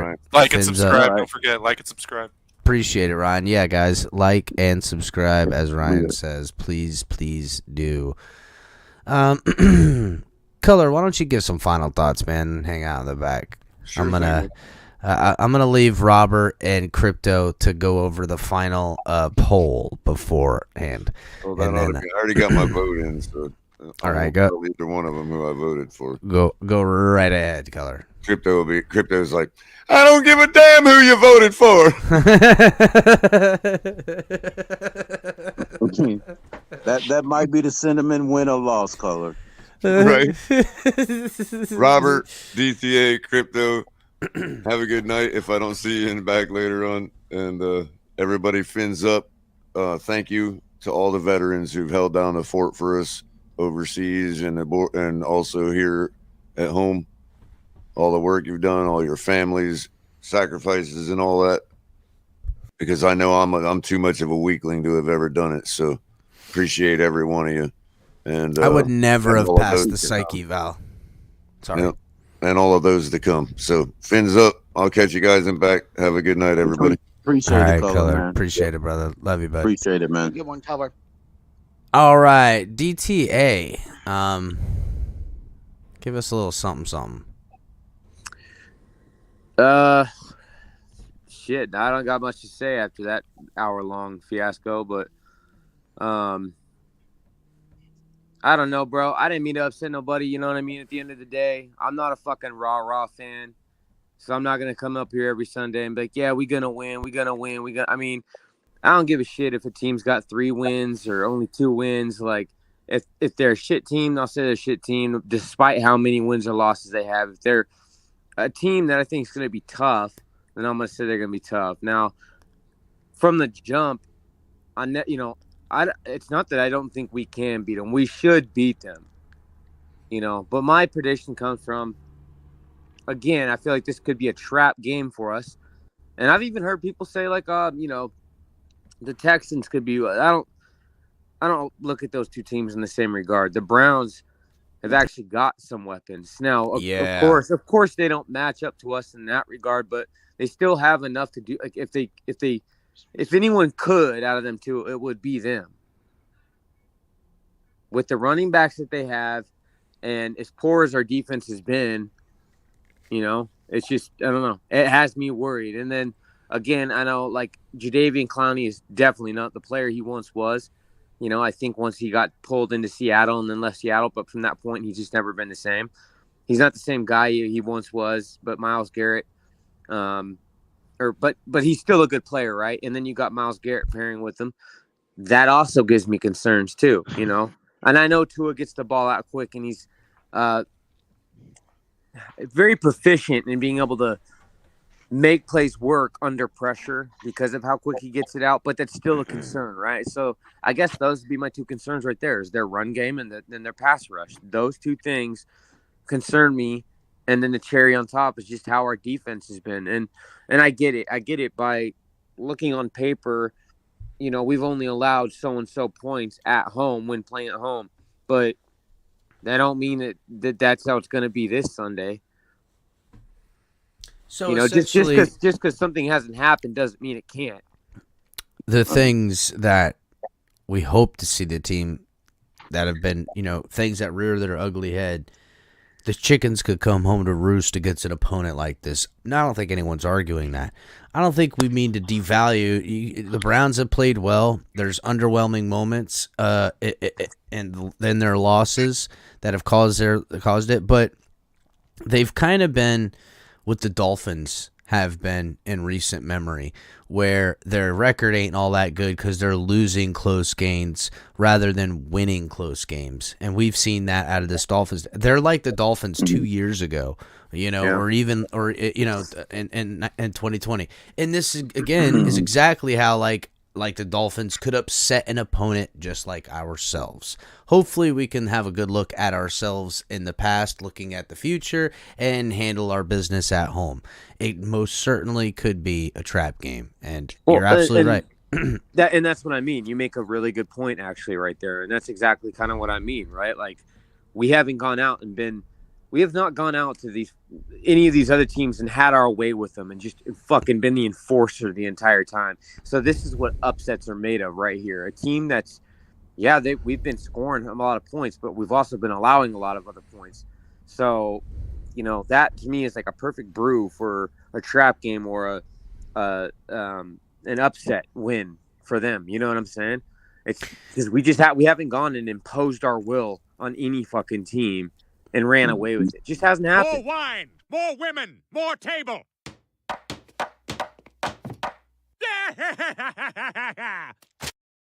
And to your point, DTA, exactly. You're right. Coach said it in his latest speech or latest press conference, not speech. What is he, a fucking president? You're right. You're right. He's mentioned it too. And look, this, in fact, is a telling of a game.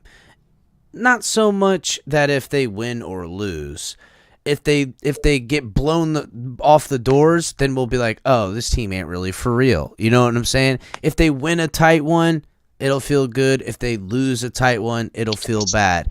But if they get their doors blown off, then we'll go, wow, maybe this team is, not what we thought is. But if they also blow the doors off of them, it could be that final moment when the team finally does play on all cylinders, and maybe we can continue to see it come after the bye, handle our business against another team that we, blow the doors off and potentially. Then we find ourselves against opponents like the Niners and stuff. Really, it could set the stage for what we hope to see. Not that it's gone or lost one way or the other, but there's a lot to learn in a game like this against an opponent like this right now. And you worded it a lot better than me. I guess to sum it up, yeah, that's been my point this entire time, is exactly what you just, I didn't articulate it the way you did, but yes, that is my point. This is a telling game. This will tell us a lot, and I guess to further the point that you just made, on top of that, and that been what I wanted, or beings that is what I wanted to articulate, but obviously I did a poor job of. I want to see that we have the ability, like I said, this is going to be a telling game to me, in my opinion. I want to have the ability to go through the rest of the season and play good. Like, I want to be going against teams like the 49ers and the Chargers and other harder opponents that we have. We also have the Jets, the Bills, 3 of those games, 2 of them on the West Coast on the road, then straight to the Bills. Like, we've got to do a lot more than what we've been doing to sustain winning, because with already 3 losses on our record, we're in like a C, which is, in my opinion, the toughest conference right now. Obviously, in my opinion, the NFC just doesn't look like they're really competitive over there. AFC's already competitive, and then you got the toughest division in the AFC, which is the AFC East. That ain't no lie. We want to make it to playoffs. Like, in my brain, dude, Super Bowl is the end game. It's not, well, if we make it to the divisional round, I'll be happy. Nah. I want us to get to the Super Bowl. You got the roster to do so. And just like somebody, I think it was Key said, like, dude, look at what we have on paper. And this is my whole point. Like, if you were to look at every single person that we've got on the roster and the talent that we have going into week 1, what? And that's why I asked people, what were your expectations after just reading the roster and who we have on the roster and the talent? To me, like, we shouldn't have a problem getting to 13-4, 12-5 at all. Well, it comes with taking care of business at teams like this, and it really could swing, at least confidence-wise, up and down. That against another opponent like this, like Green Bay comes into our house in in December on Christmas, and they're still, a game or 2 under 500 or whatever. We're gonna go, fuck Green Bay. We're gonna beat their fucking asses. You know what I'm saying? By that point, you know what I'm saying? Yeah. So, yet to be said. All right, DTA. We'll see you later on. I'll see you tomorrow, buddy. We'll get more into it. All right, guys. DTA, man. Be good, man. Later, brother. Good one. Yeah. Hey, later, you got you already got my number, right? Yeah. No, I don't, Crypto. All right, I get it to you. If you're in back, I'll get it from you. Okay. All right. Okay, so let's check the poll, guys. It's only, let's see how many votes we got. You put the ticker tape there, Capitan. What is it? Your ticker tape down there. My ticker tape? The fuck are you Yeah, talking at the about? bottom of the screen. What Oh. color do that? I don't know. Maybe. Color, did you do that? No. I thought maybe HB did it. I don't know. Is that real? It says silver alert. Keep a lookout for a white Honda coupe. Tag Crypto. Oh, right, Plateau. Right. I didn't write that. No. Oh, I noticed the ticker tape down there. That's fucking hilarious. HB got it. It's good. So, wait. How did HB do it if only 2 of us have controls? HB has more control than you think. Ali's the secret sauce. HB has more control than you think. All right, real quick, we're gonna end the poll. It's at 30 votes.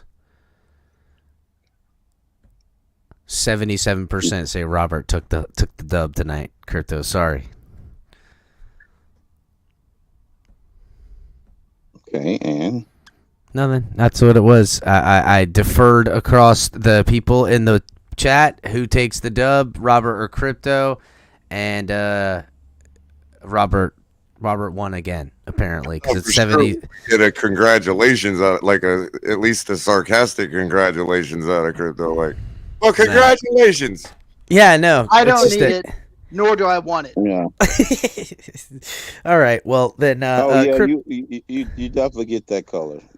The congratulations will always come. Crypto sounds worn out right now, bro. Why don't you go ahead and give me some final thoughts, Crypto? You can explain to us why we shouldn't underestimate this opponent. I'm never worn out on the mic. I was a former air traffic controller. I'm used to speaking to a lot of different people, a lot of different times, multitasking. That was the name of my game. Just ask Bryson how air traffic control is. He'll tell you. Bryson, I'm Bryson. used to multitasking. All right. Well, then multitask yourself into some final thoughts.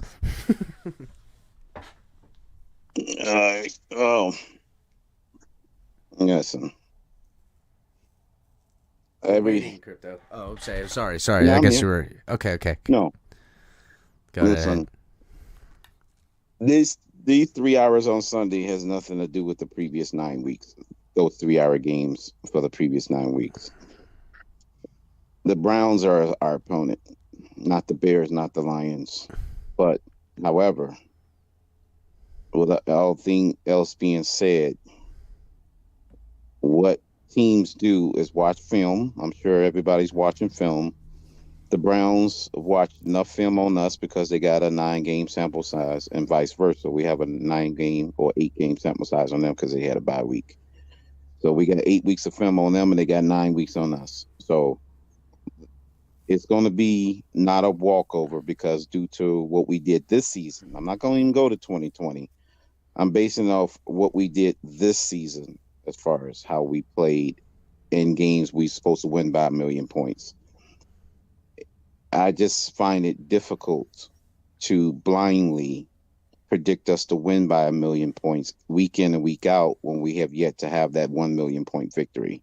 That's the only angle I'm coming from, based on our production against so-called subpar teams. So wait a minute. This season, based on our production against so-called subpar teams, would you say the Dolphins are just as likely to come out with a W by a narrowly making margin? Yes, that will be the most likely outcome because of what we've put on the field, what we put on film. That's more of a likely outcome, a probability, than the 1 million point victory.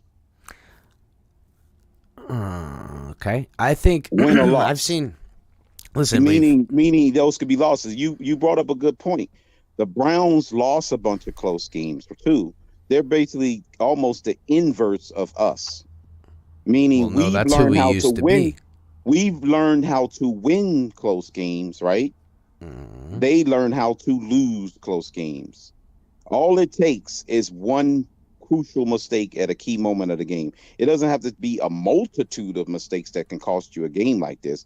It could be one singularly mistake that can cost us this game. One early field goal miss, we'll look back and go, damn, game was flawless, but that field goal miss swung back. Right. They went up and put a field goal on us, and we never just climbed out.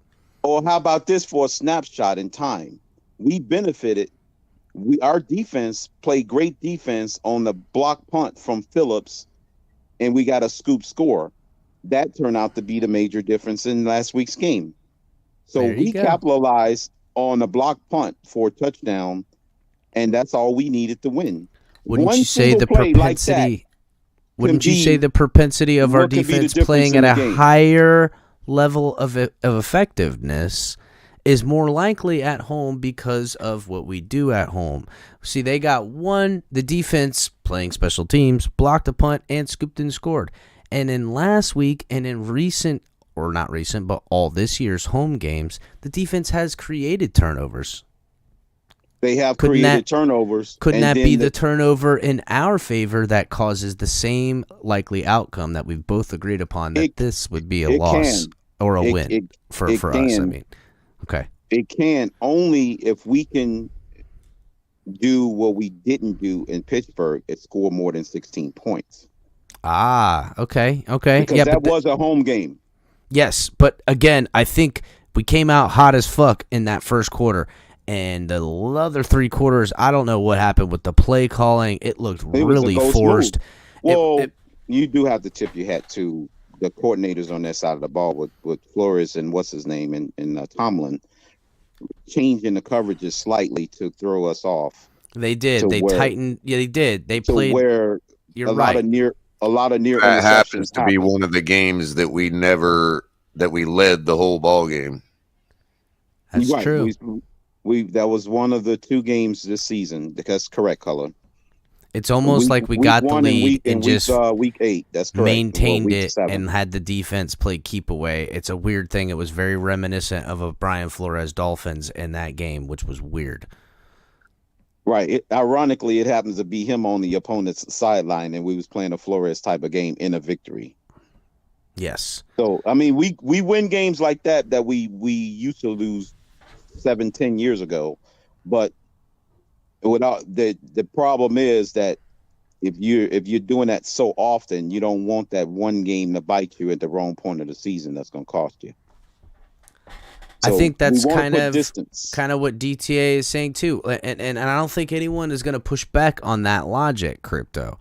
I'm just saying that if we were going to go on recency bias, and yes, okay, it's only 3 hours window, these things, but if we were to just logically, I don't want to call it hope, but just again, as we just went down the measurements, Dolphins come out with this win.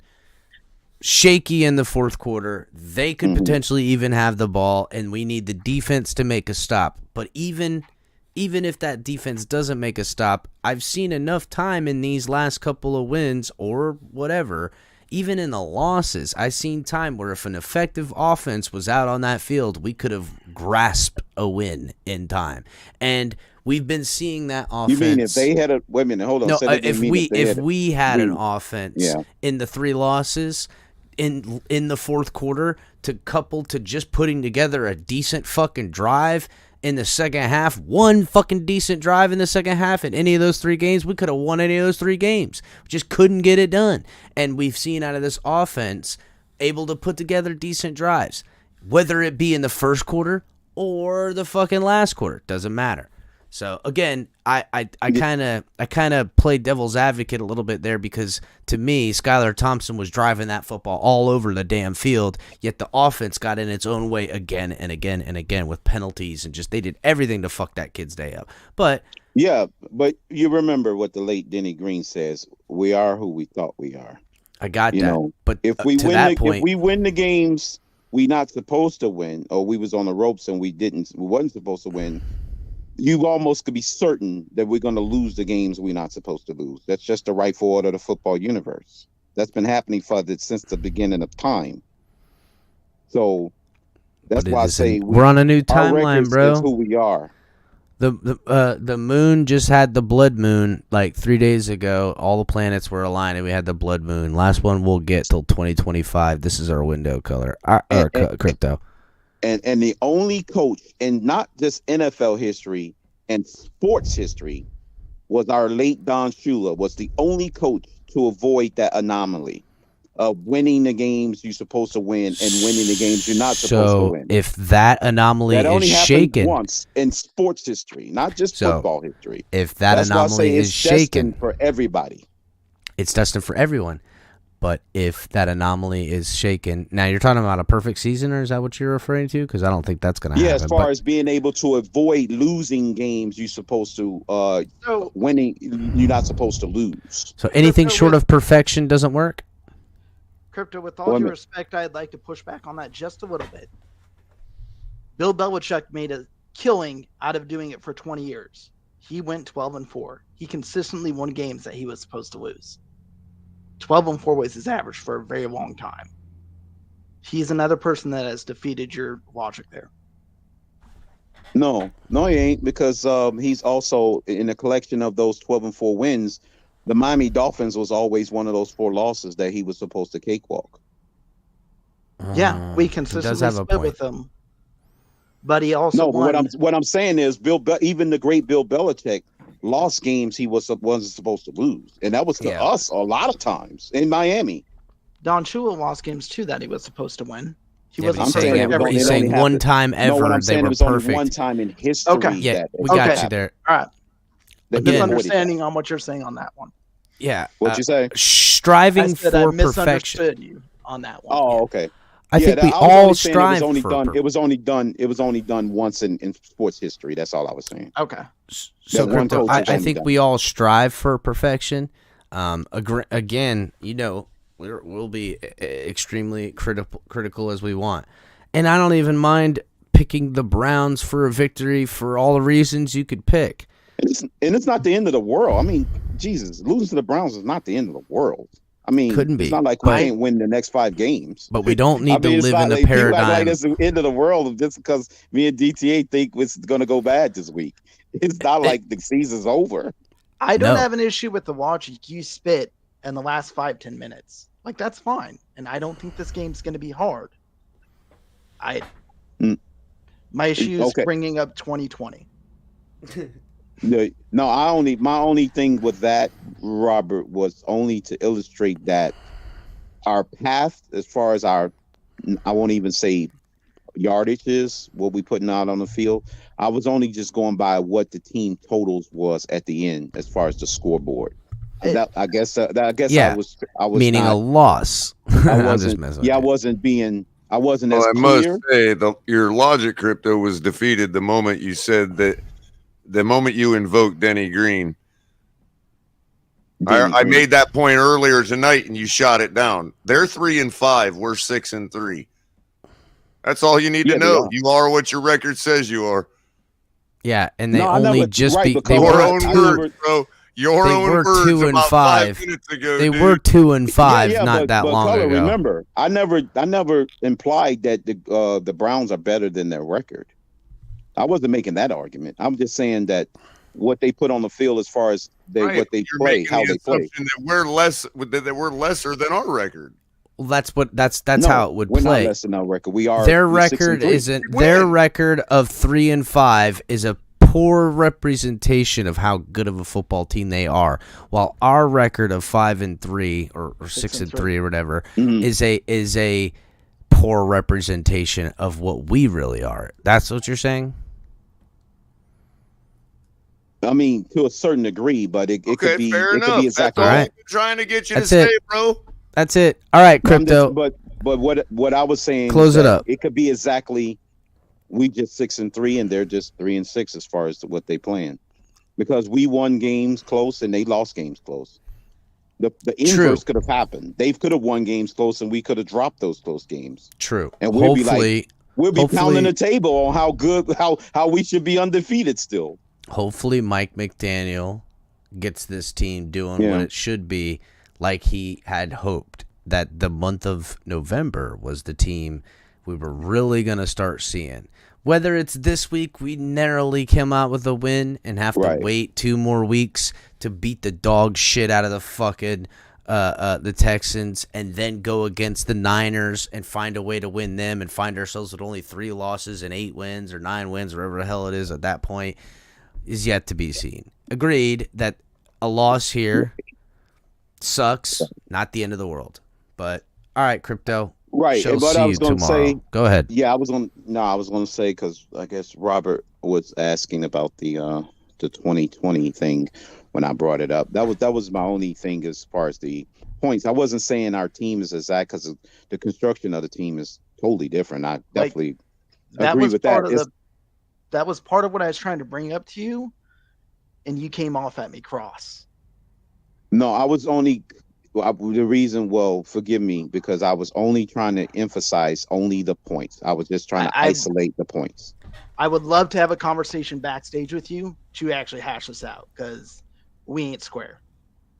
All right, Crypto. Yeah, that's fine, because the point thing is what I was getting at, because we only played 9 games. That's all. We only played 9 games, and at that point, 9 games, we were exactly the same as far as our points, not total yards.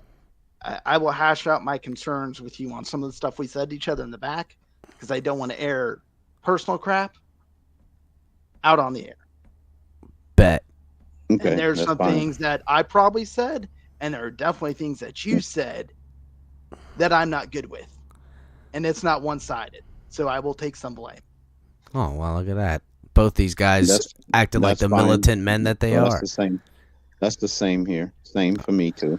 All right. I'm sure I've behaved like a Navy sailor. I'm sure everybody knows. Dude, we both behave like children. Let's call it out.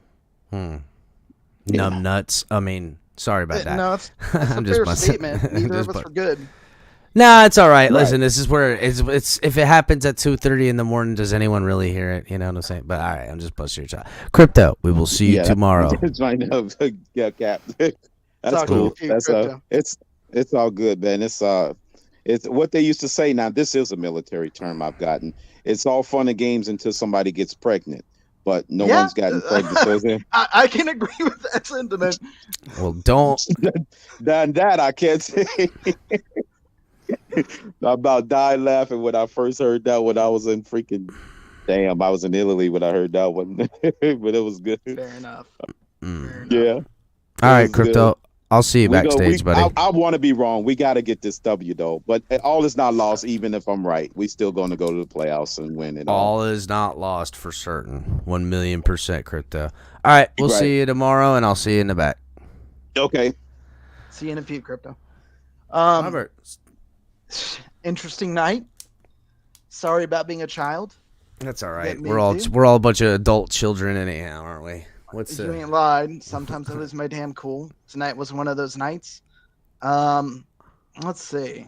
So this game, I've given it like a 10-point swing, 10-point spread everywhere we go. I think it's going to be one of the most physical games we're going to play. I think it's going to be hard. I think we come out with a win. But it will be a test because it will be one of the hardest hitting teams we face. It's not finesse. It's not QB sneaks. It's not a receiver tandem that makes me quake in my boots. It's two running backs that are going to come up and hit us in the mouth. Not too dissimilar to that Jets game. Yeah. And like the Jets game is a divisional game. So those are always difficult too. But I think the difference is the Jets are really reliant on one running back for the most part before they had Robinson. And we didn't have Tua. But Chubb, that guy's going to hit and he's going to hurt. I think he's a different runner than Bryce. Like, It definitely has the veteran savviness quality to him too. But you're right, Buddy puts the freaking shoulder and the boom down. Yeah, it'll be telling. So like, I think it'll be a 7 to 10 point swing. I think it'll be like 24-31, 21-28, something like that. Dolphins win. But it's going to be a hard-fought physical game. This is no cakewalk. There's definitely a way we lose this game. If we don't tackle well, if we play soft, if we make a bunch of penalties, those will be hard to overcome. But I think we'll win because I don't think we'll do those things. Yeah, I think it would take a multitude of those things to play a whole part of us losing the game versus to... Because, look, defense has made the right plays at the right time, and offense has been lighting it up. Now, unless we see a massive regression to the mean, which we could, I don't see that necessarily just being the paradigm we're going to find ourselves living in come Sunday. I don't think our offense is going to fall off the face of the earth. I think that would be crazy, right? Yeah. The thing about the Steelers game, Tua was coming back after that concussion to being out 3 weeks. He didn't play a good game that game. I'll be the first to agree with that and say that. But the last few games, he's looked on point. His passes have looked good. If you look at the first 3 games he played, the Patriots game wasn't his best game. The 2 games after that were phenomenal. The Bengals game, he was looking good too. Just mixed execution on a couple of receptions. So I think he's good. I think he's stable. I think he's consistent. He's cleaning up his timing stuff. And he's putting up ridiculous numbers and a ridiculous performance. It's absurd. It really is. I mean, he's leading everything. I think if he's not number 1, he's in top 5. So yeah. And like across the board on all places that take metrics. So there's no arguing statistically of his output as a quarterback right now. It's fucking undeniable. You'd have to be a total asshole to really say otherwise. Could you say that it could be a coming to earth moment? Could you say it's because of these opponents? Could you say the defense helped him along early on? You can give all that context, but the facts are what they are. You know what I'm saying? Will it end up differently? Maybe, yes. But even if they all went down low, it would still come out to quite a bit of fucking of an achievement at this point. So, I mean, like, take the Bills game, for instance. Number one defense when we played them, right? Granted, it was only week 2, but they're still the number one defense for a long while after that. Yes, their secondary was injured, but look at the time of possessions and plays run. It was a third of their plays, and we still put up more points than them. Just about every possession, too, was getting the ball down for a touchdown. So super efficient game. To say he can't do it against a good defense, I mean, he's repeatedly done it. But I will be fair and keep consistent. I'm not going to say Tua is a franchise guy or not a franchise guy until the end of the year is over. If he keeps this play up, yeah, he's it. If he falls off, he's probably not it. Yeah, if he falls off, or there's a couple other factors that could play into that. I think all of the ones I'm thinking of. I don't have to go through them all, right. But like we see even a leveling off from the past 2 weeks, still equating into victories. I mean, 250 yards, 3 TDs, 1 interception as an average. If that's what he turns out to be, that's still a winning quarterback. I'm not gonna hate on some shit like that. That I agree, especially when you have big games like this too. And you're going to have one receiver that's going to break 2,000 yards more than likely, and another one that's going to break 1,500. Forget about it, bro. And then your tight end's still probably on pace for 500 by the end of the year, and your third receiver's still probably on pace for another 300-400 by the end of the year. Yeah, you're hovering around 4,000, give or take 100, and you're hovering around 30 touchdowns, give or take 2 or 3, and you're hovering around 10 interceptions, give or take 2 or 3. And all of those statistics on the 2 or 3 when they're all up or all down. Yeah. Either way, the consistency is there, and you can build around that shit right now, at least for the foreseeable future, while you still have them on a, on a cheaper affordable contract. deal. Yeah, you can. It's a bad investment to do anything to change that type of deal unless you're buying a sure thing or something. Even then, the money allocated to the funds to buy that sure thing would be a bad investment, considering you're saving so much money having a kid that is killing it right now. If you look at teams that win Super Bowls, they all win it when the guy's still on his rookie deal. You know what I'm saying? That's what makes Josh Allen interesting, because that cap hit wasn't this year. That's right. It's next year. How are they going to manage that? Right? They're going to have to trim the fat. You're going to have to trim the fat like everybody else. That's why everyone's looking to Patrick Mahomes to do something that really doesn't get done.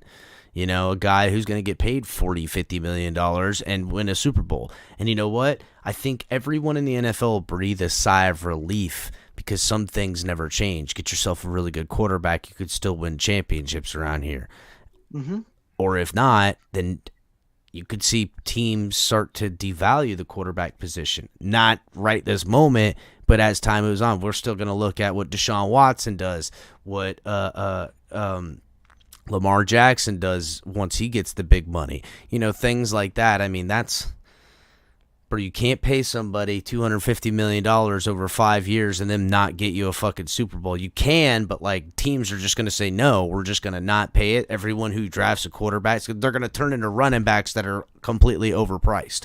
You know what I'm saying? It's insane to think that, but that's kind of where we're heading, into an absolute spiral in which the scales continue to balance over the next couple of years. It's going to be a fun fucking ride, that's for sure. Well, and I mean, in fairness to those teams, there's probably only 10 quarterbacks that are worth a damn, even given a complete team that can actually go and win a Super Bowl. And even then, can you afford to pay them to build the team around him? This is kind of why I like Chris Greer. I know people give him a lot of shit, but the guy in the trash heap is finding fucking shit that we could use. Undrafted guys, Zach Sealers, other people's practice squad. You're going to need that if you're going to pay son of a bitches on your football team. Just letting everybody know. He's been good. I have to give Greer props. He's missed a couple of picks that I would have liked him not to miss, but nobody bats 100. And he's making it work where it counts. McDaniel, his coaching staff, he's making rookie mistakes, but I love the offense he's putting out there. I love the improvement we're seeing from the line. Our skill positions are performing much better than they were last year. Granted, there's been significant upgrades there, but those groups are performing better. And they aren't sticking with bad picks. Like getting rid of Wilson. I mean, not Wilson, but getting rid of Edmonds and getting straight to Wilson. It. I mean, what a pivot.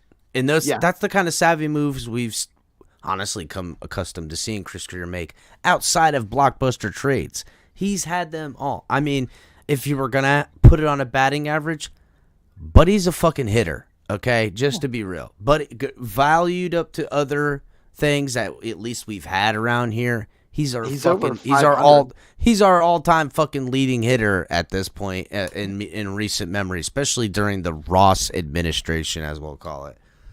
Yep. So, I absolutely love it. So, I think it'll be a good game. I think it'll be a tight game. I think it'll be physical. There's a world where we lose this. I don't think it's going to happen because I think we'll play fairly clean. But if it does, it's not the end of all things to come to pass or to happen. So no, it puts us in unless we get our fucking card, unless we get fucking our doors blown off. You know what I'm saying? Then then we got shit to worry about. Even then, it's not the end of the world. Yeah, but it'll feel like it if we get our asses handed to us by a fucking 3 and whatever Browns team at our own house. You know, and the offense crumbles. Like we're going into the bye. Yeah, exactly. Oh God, please let me go in with a good feeling. Yeah, exactly. Let's ride through the bye week for some we're number 1 in the AFC East for a whole week while we ain't got to worry about losing it come Sunday and just watch all the other teams either keep pace or fall behind. That would be nice. Yeah. All right, Robert. Thanks, bud. All right, brother. I'll see you later. See you in a few. Yep. All right, everybody. If y'all haven't hit the like button, you're not going to hit it by now, so you're an asshole. Thanks a lot, man. Really appreciate it. Should have just hit it a long time ago. Would have been cool of you, but apparently you're not cool. Not cool enough to hit the like button, but that's all right. If you're watching on Facebook, Twitch, and Twitter, come over to YouTube, subscribe here, hit the like button. Guys, we'll see you tomorrow. Fins up.